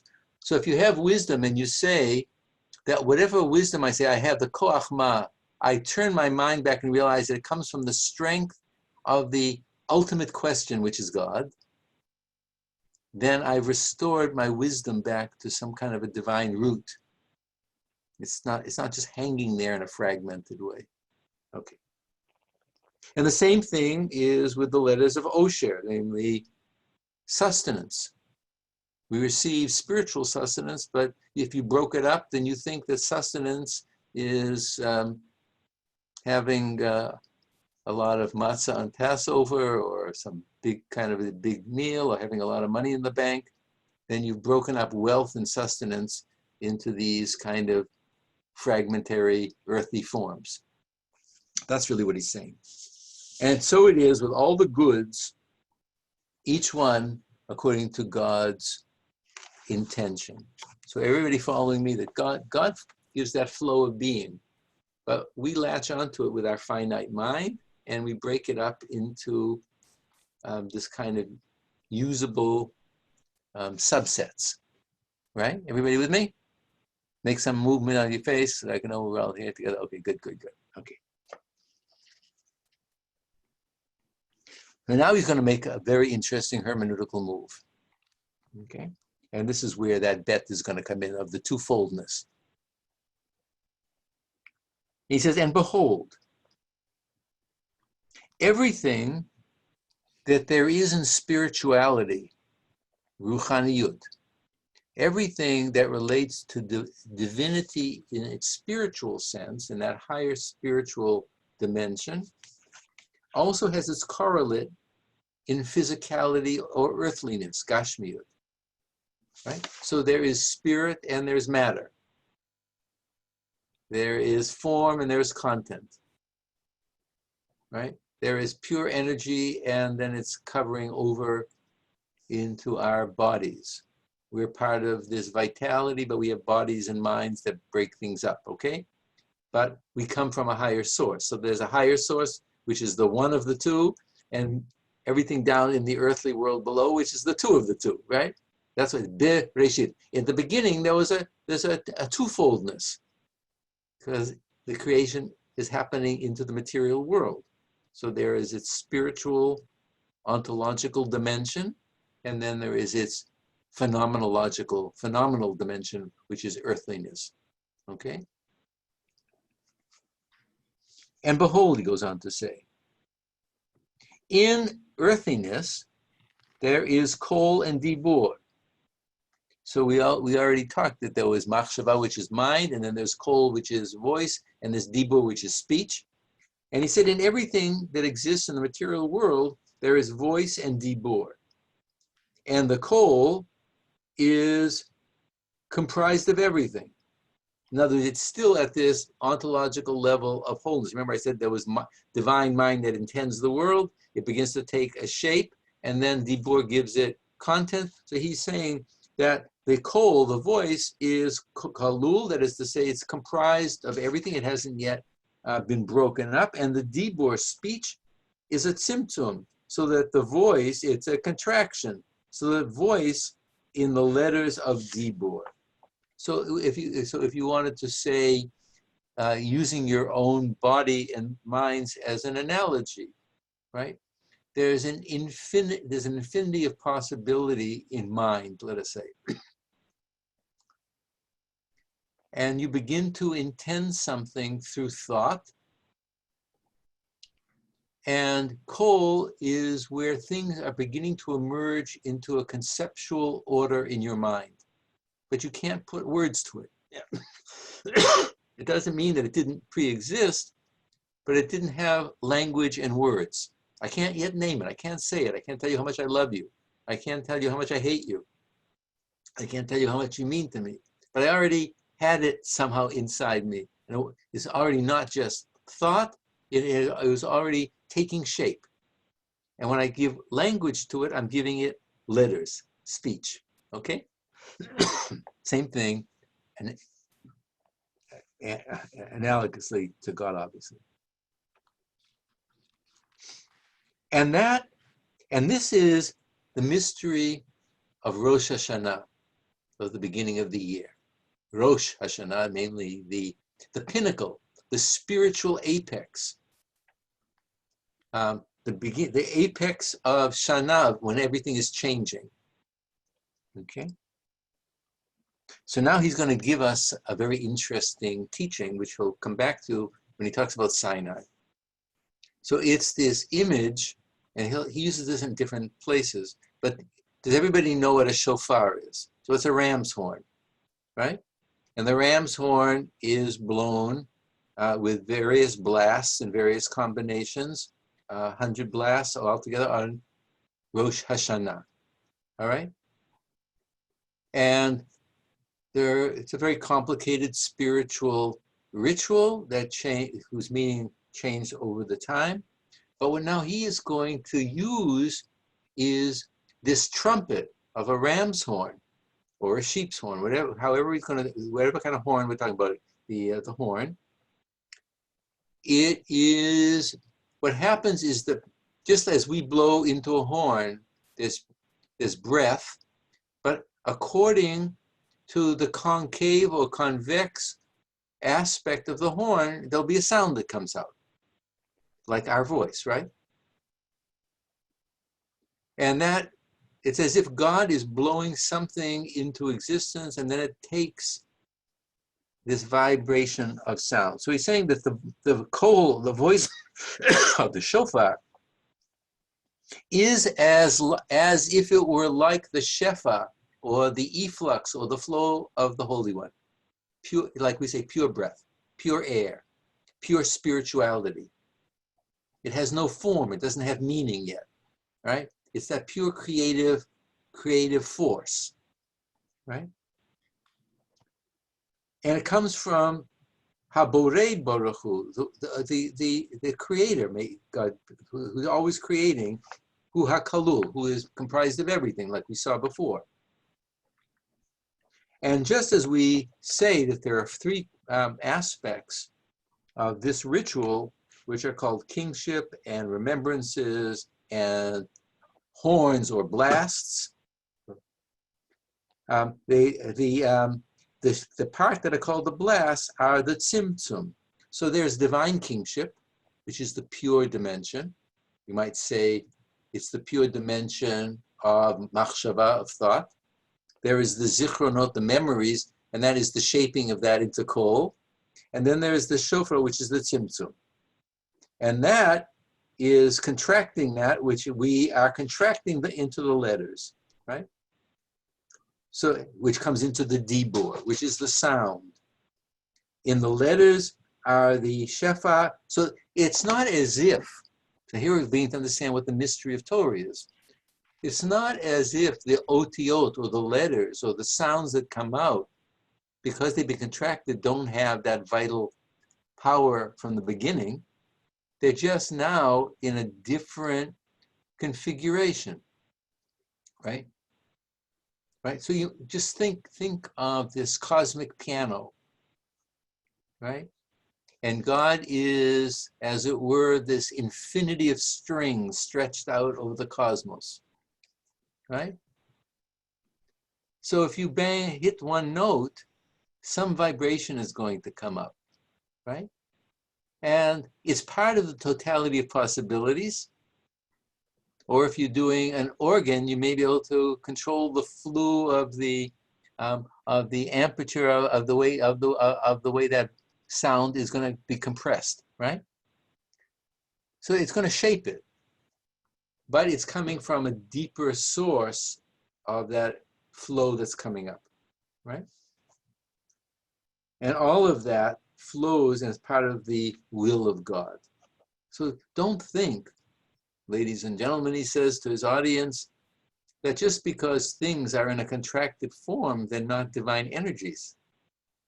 They're just pockets that are retaining it according to its note, its sound. If I say this, I'm speaking divine speech in a very particular form, in a human way, right?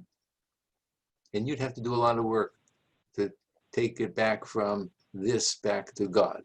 But that would be the spiritual process of restoring those letters back to annulling them, annihilating them back into the source.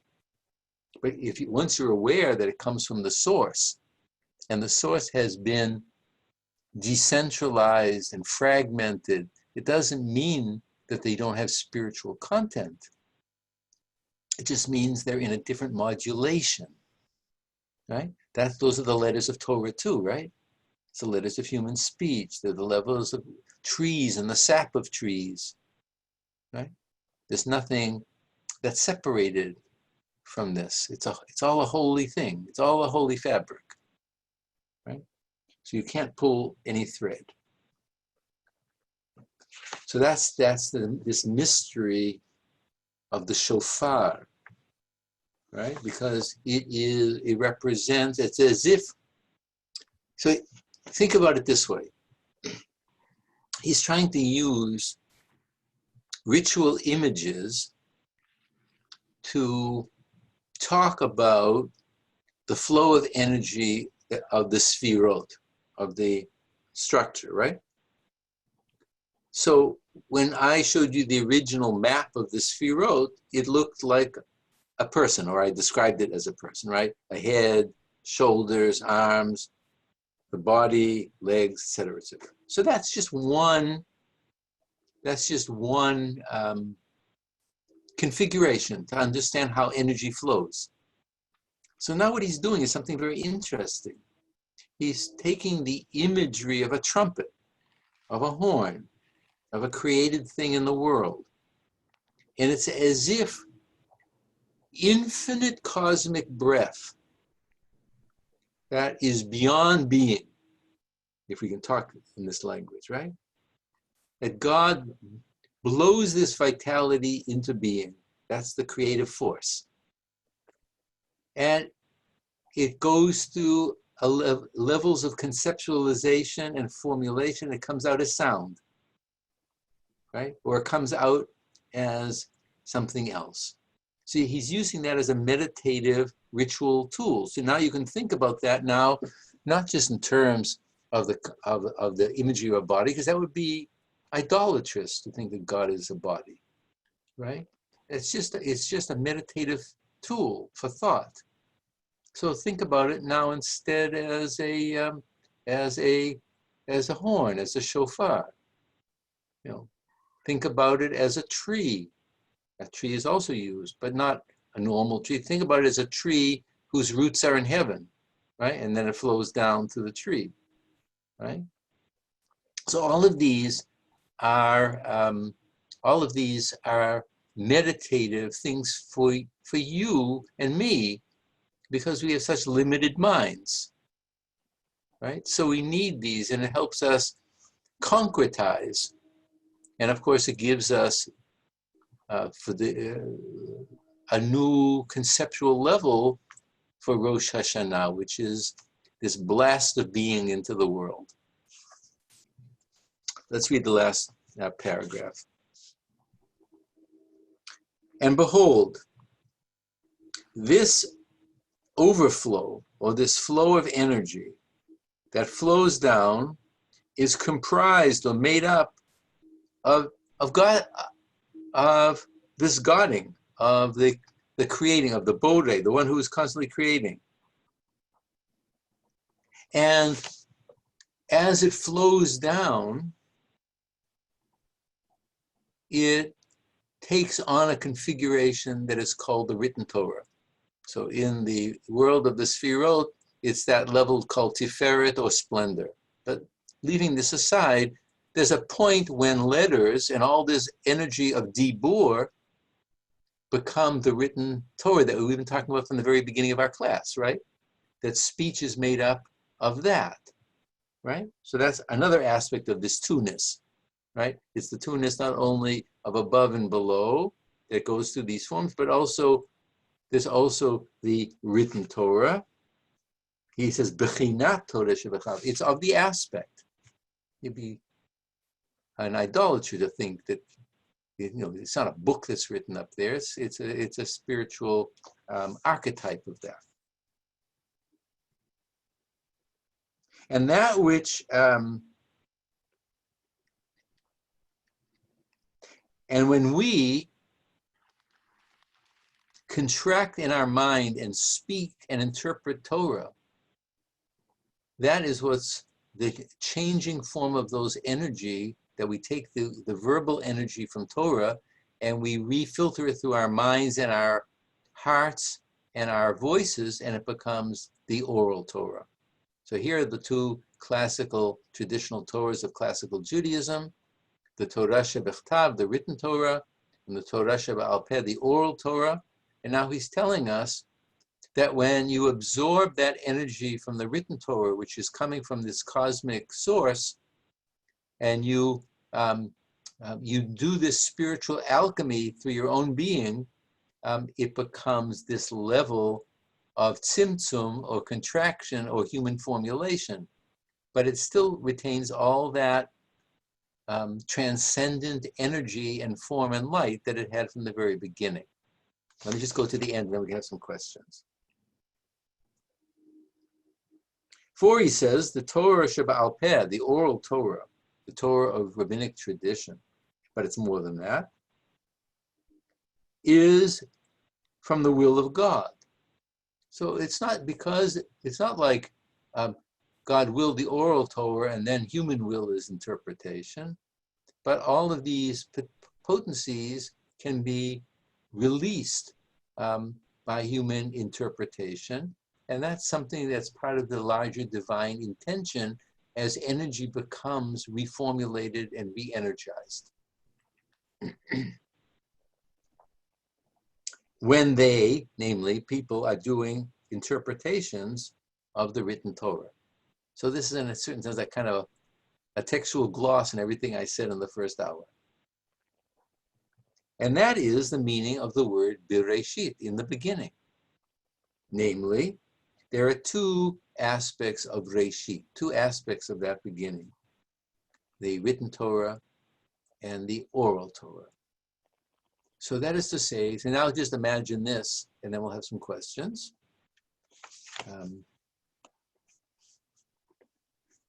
What he's asking you to do is to look at the white space in the Torah text, whether you're looking at it in English or Hebrew, as this cosmic infinity before the first letter. Right? You begin with the word Bereshit, in the beginning, but there's an infinity of possibilities before it even, that first letter became enunciated, right? That's already a contraction, but it's a spiritual mystery. It's as if God blew through an infinity of the cosmos into this cosmic shofar, this cosmic ram's horn. And all of a sudden, what came out? Bereshit. In other words, it is this archetypal expression that meaning is going to happen into the world.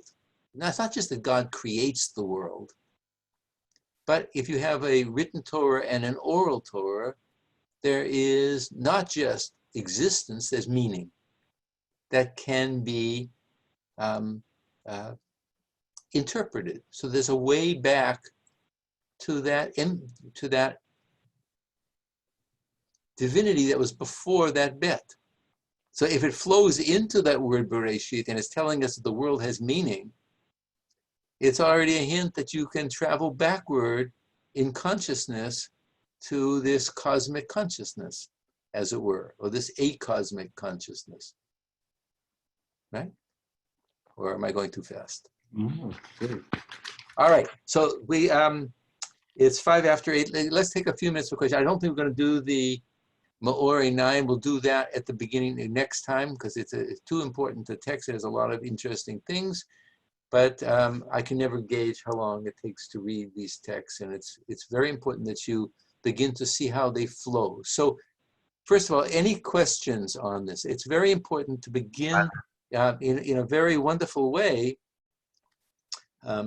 This teaching now dovetails with the very beginning of the lecture about language and the light in the language, and also we talked about that light that surrounds everything, etc., etc. So we're getting very fast into a very deep a way of thinking about language and meaning and the relationship between cosmic meaning and cultural meaning, right?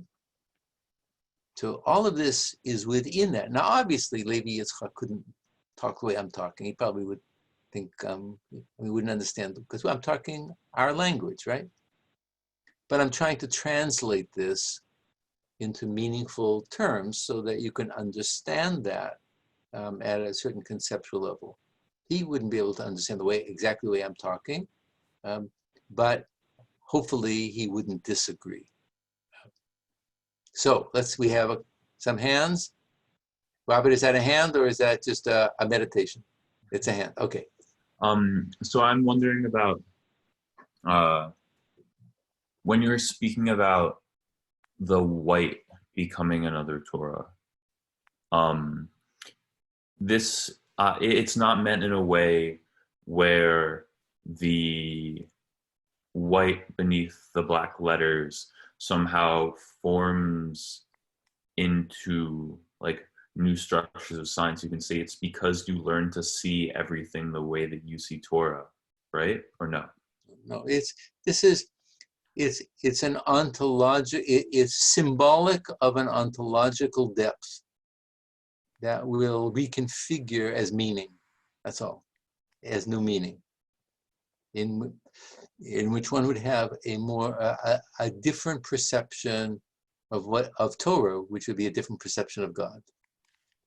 Well, I guess my question is like, I don't want you to move into the concrete.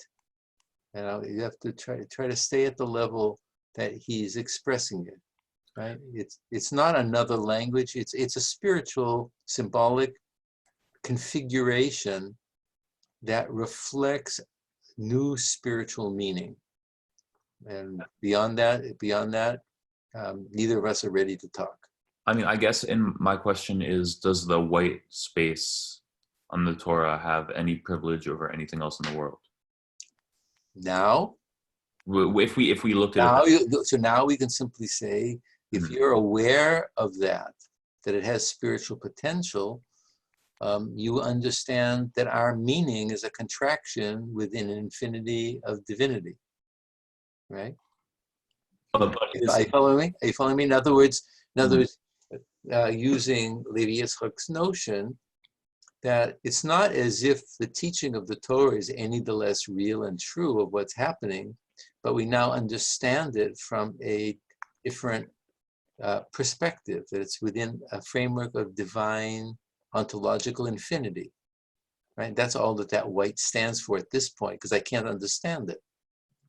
My mind can't enter that, but I can use that as a way of contextualizing my more limited knowledge, right? Is that any different than like the screen that I'm looking at? Can I understand the white any differently, or is there something special about it being the white? Right now, clearly, no, you can't. No, you're not there yet. You're not there yet. So just see it as context. It's that transcendent context that you're aware that What we have is, as it were, divine language, but there is an ultimate depth to it. Okay. Steve, and then anybody else, so I can know, and then I think we'll break. Steve. Are we free to make interpretations that change the meaning once the oral Torah is? Yes, of course. That's everybody.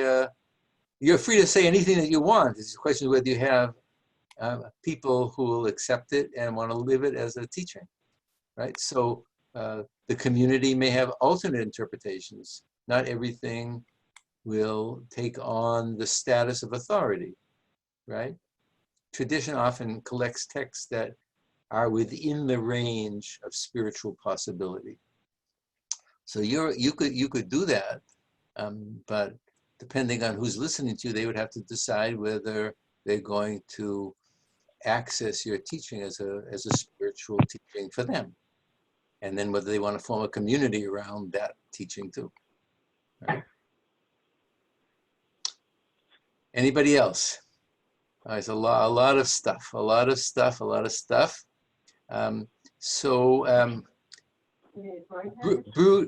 was there a question? All right. So brood on this kind of stuff is all. We covered a huge amount of material, and then I think what we'll. Someone is not muted.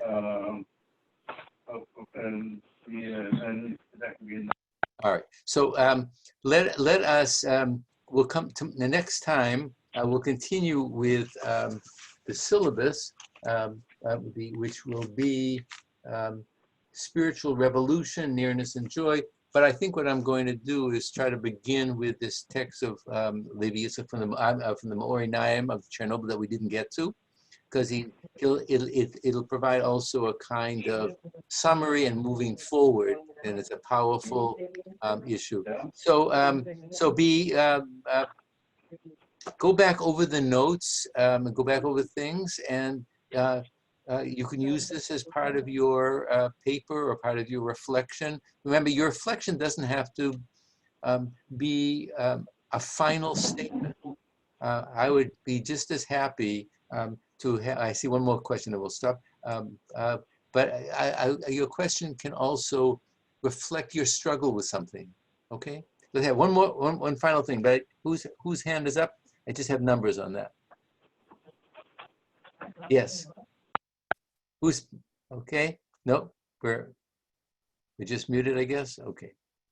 All right, everybody. Have a good week. Stay safe. I hope you're safe. I hope your friends and family are safe.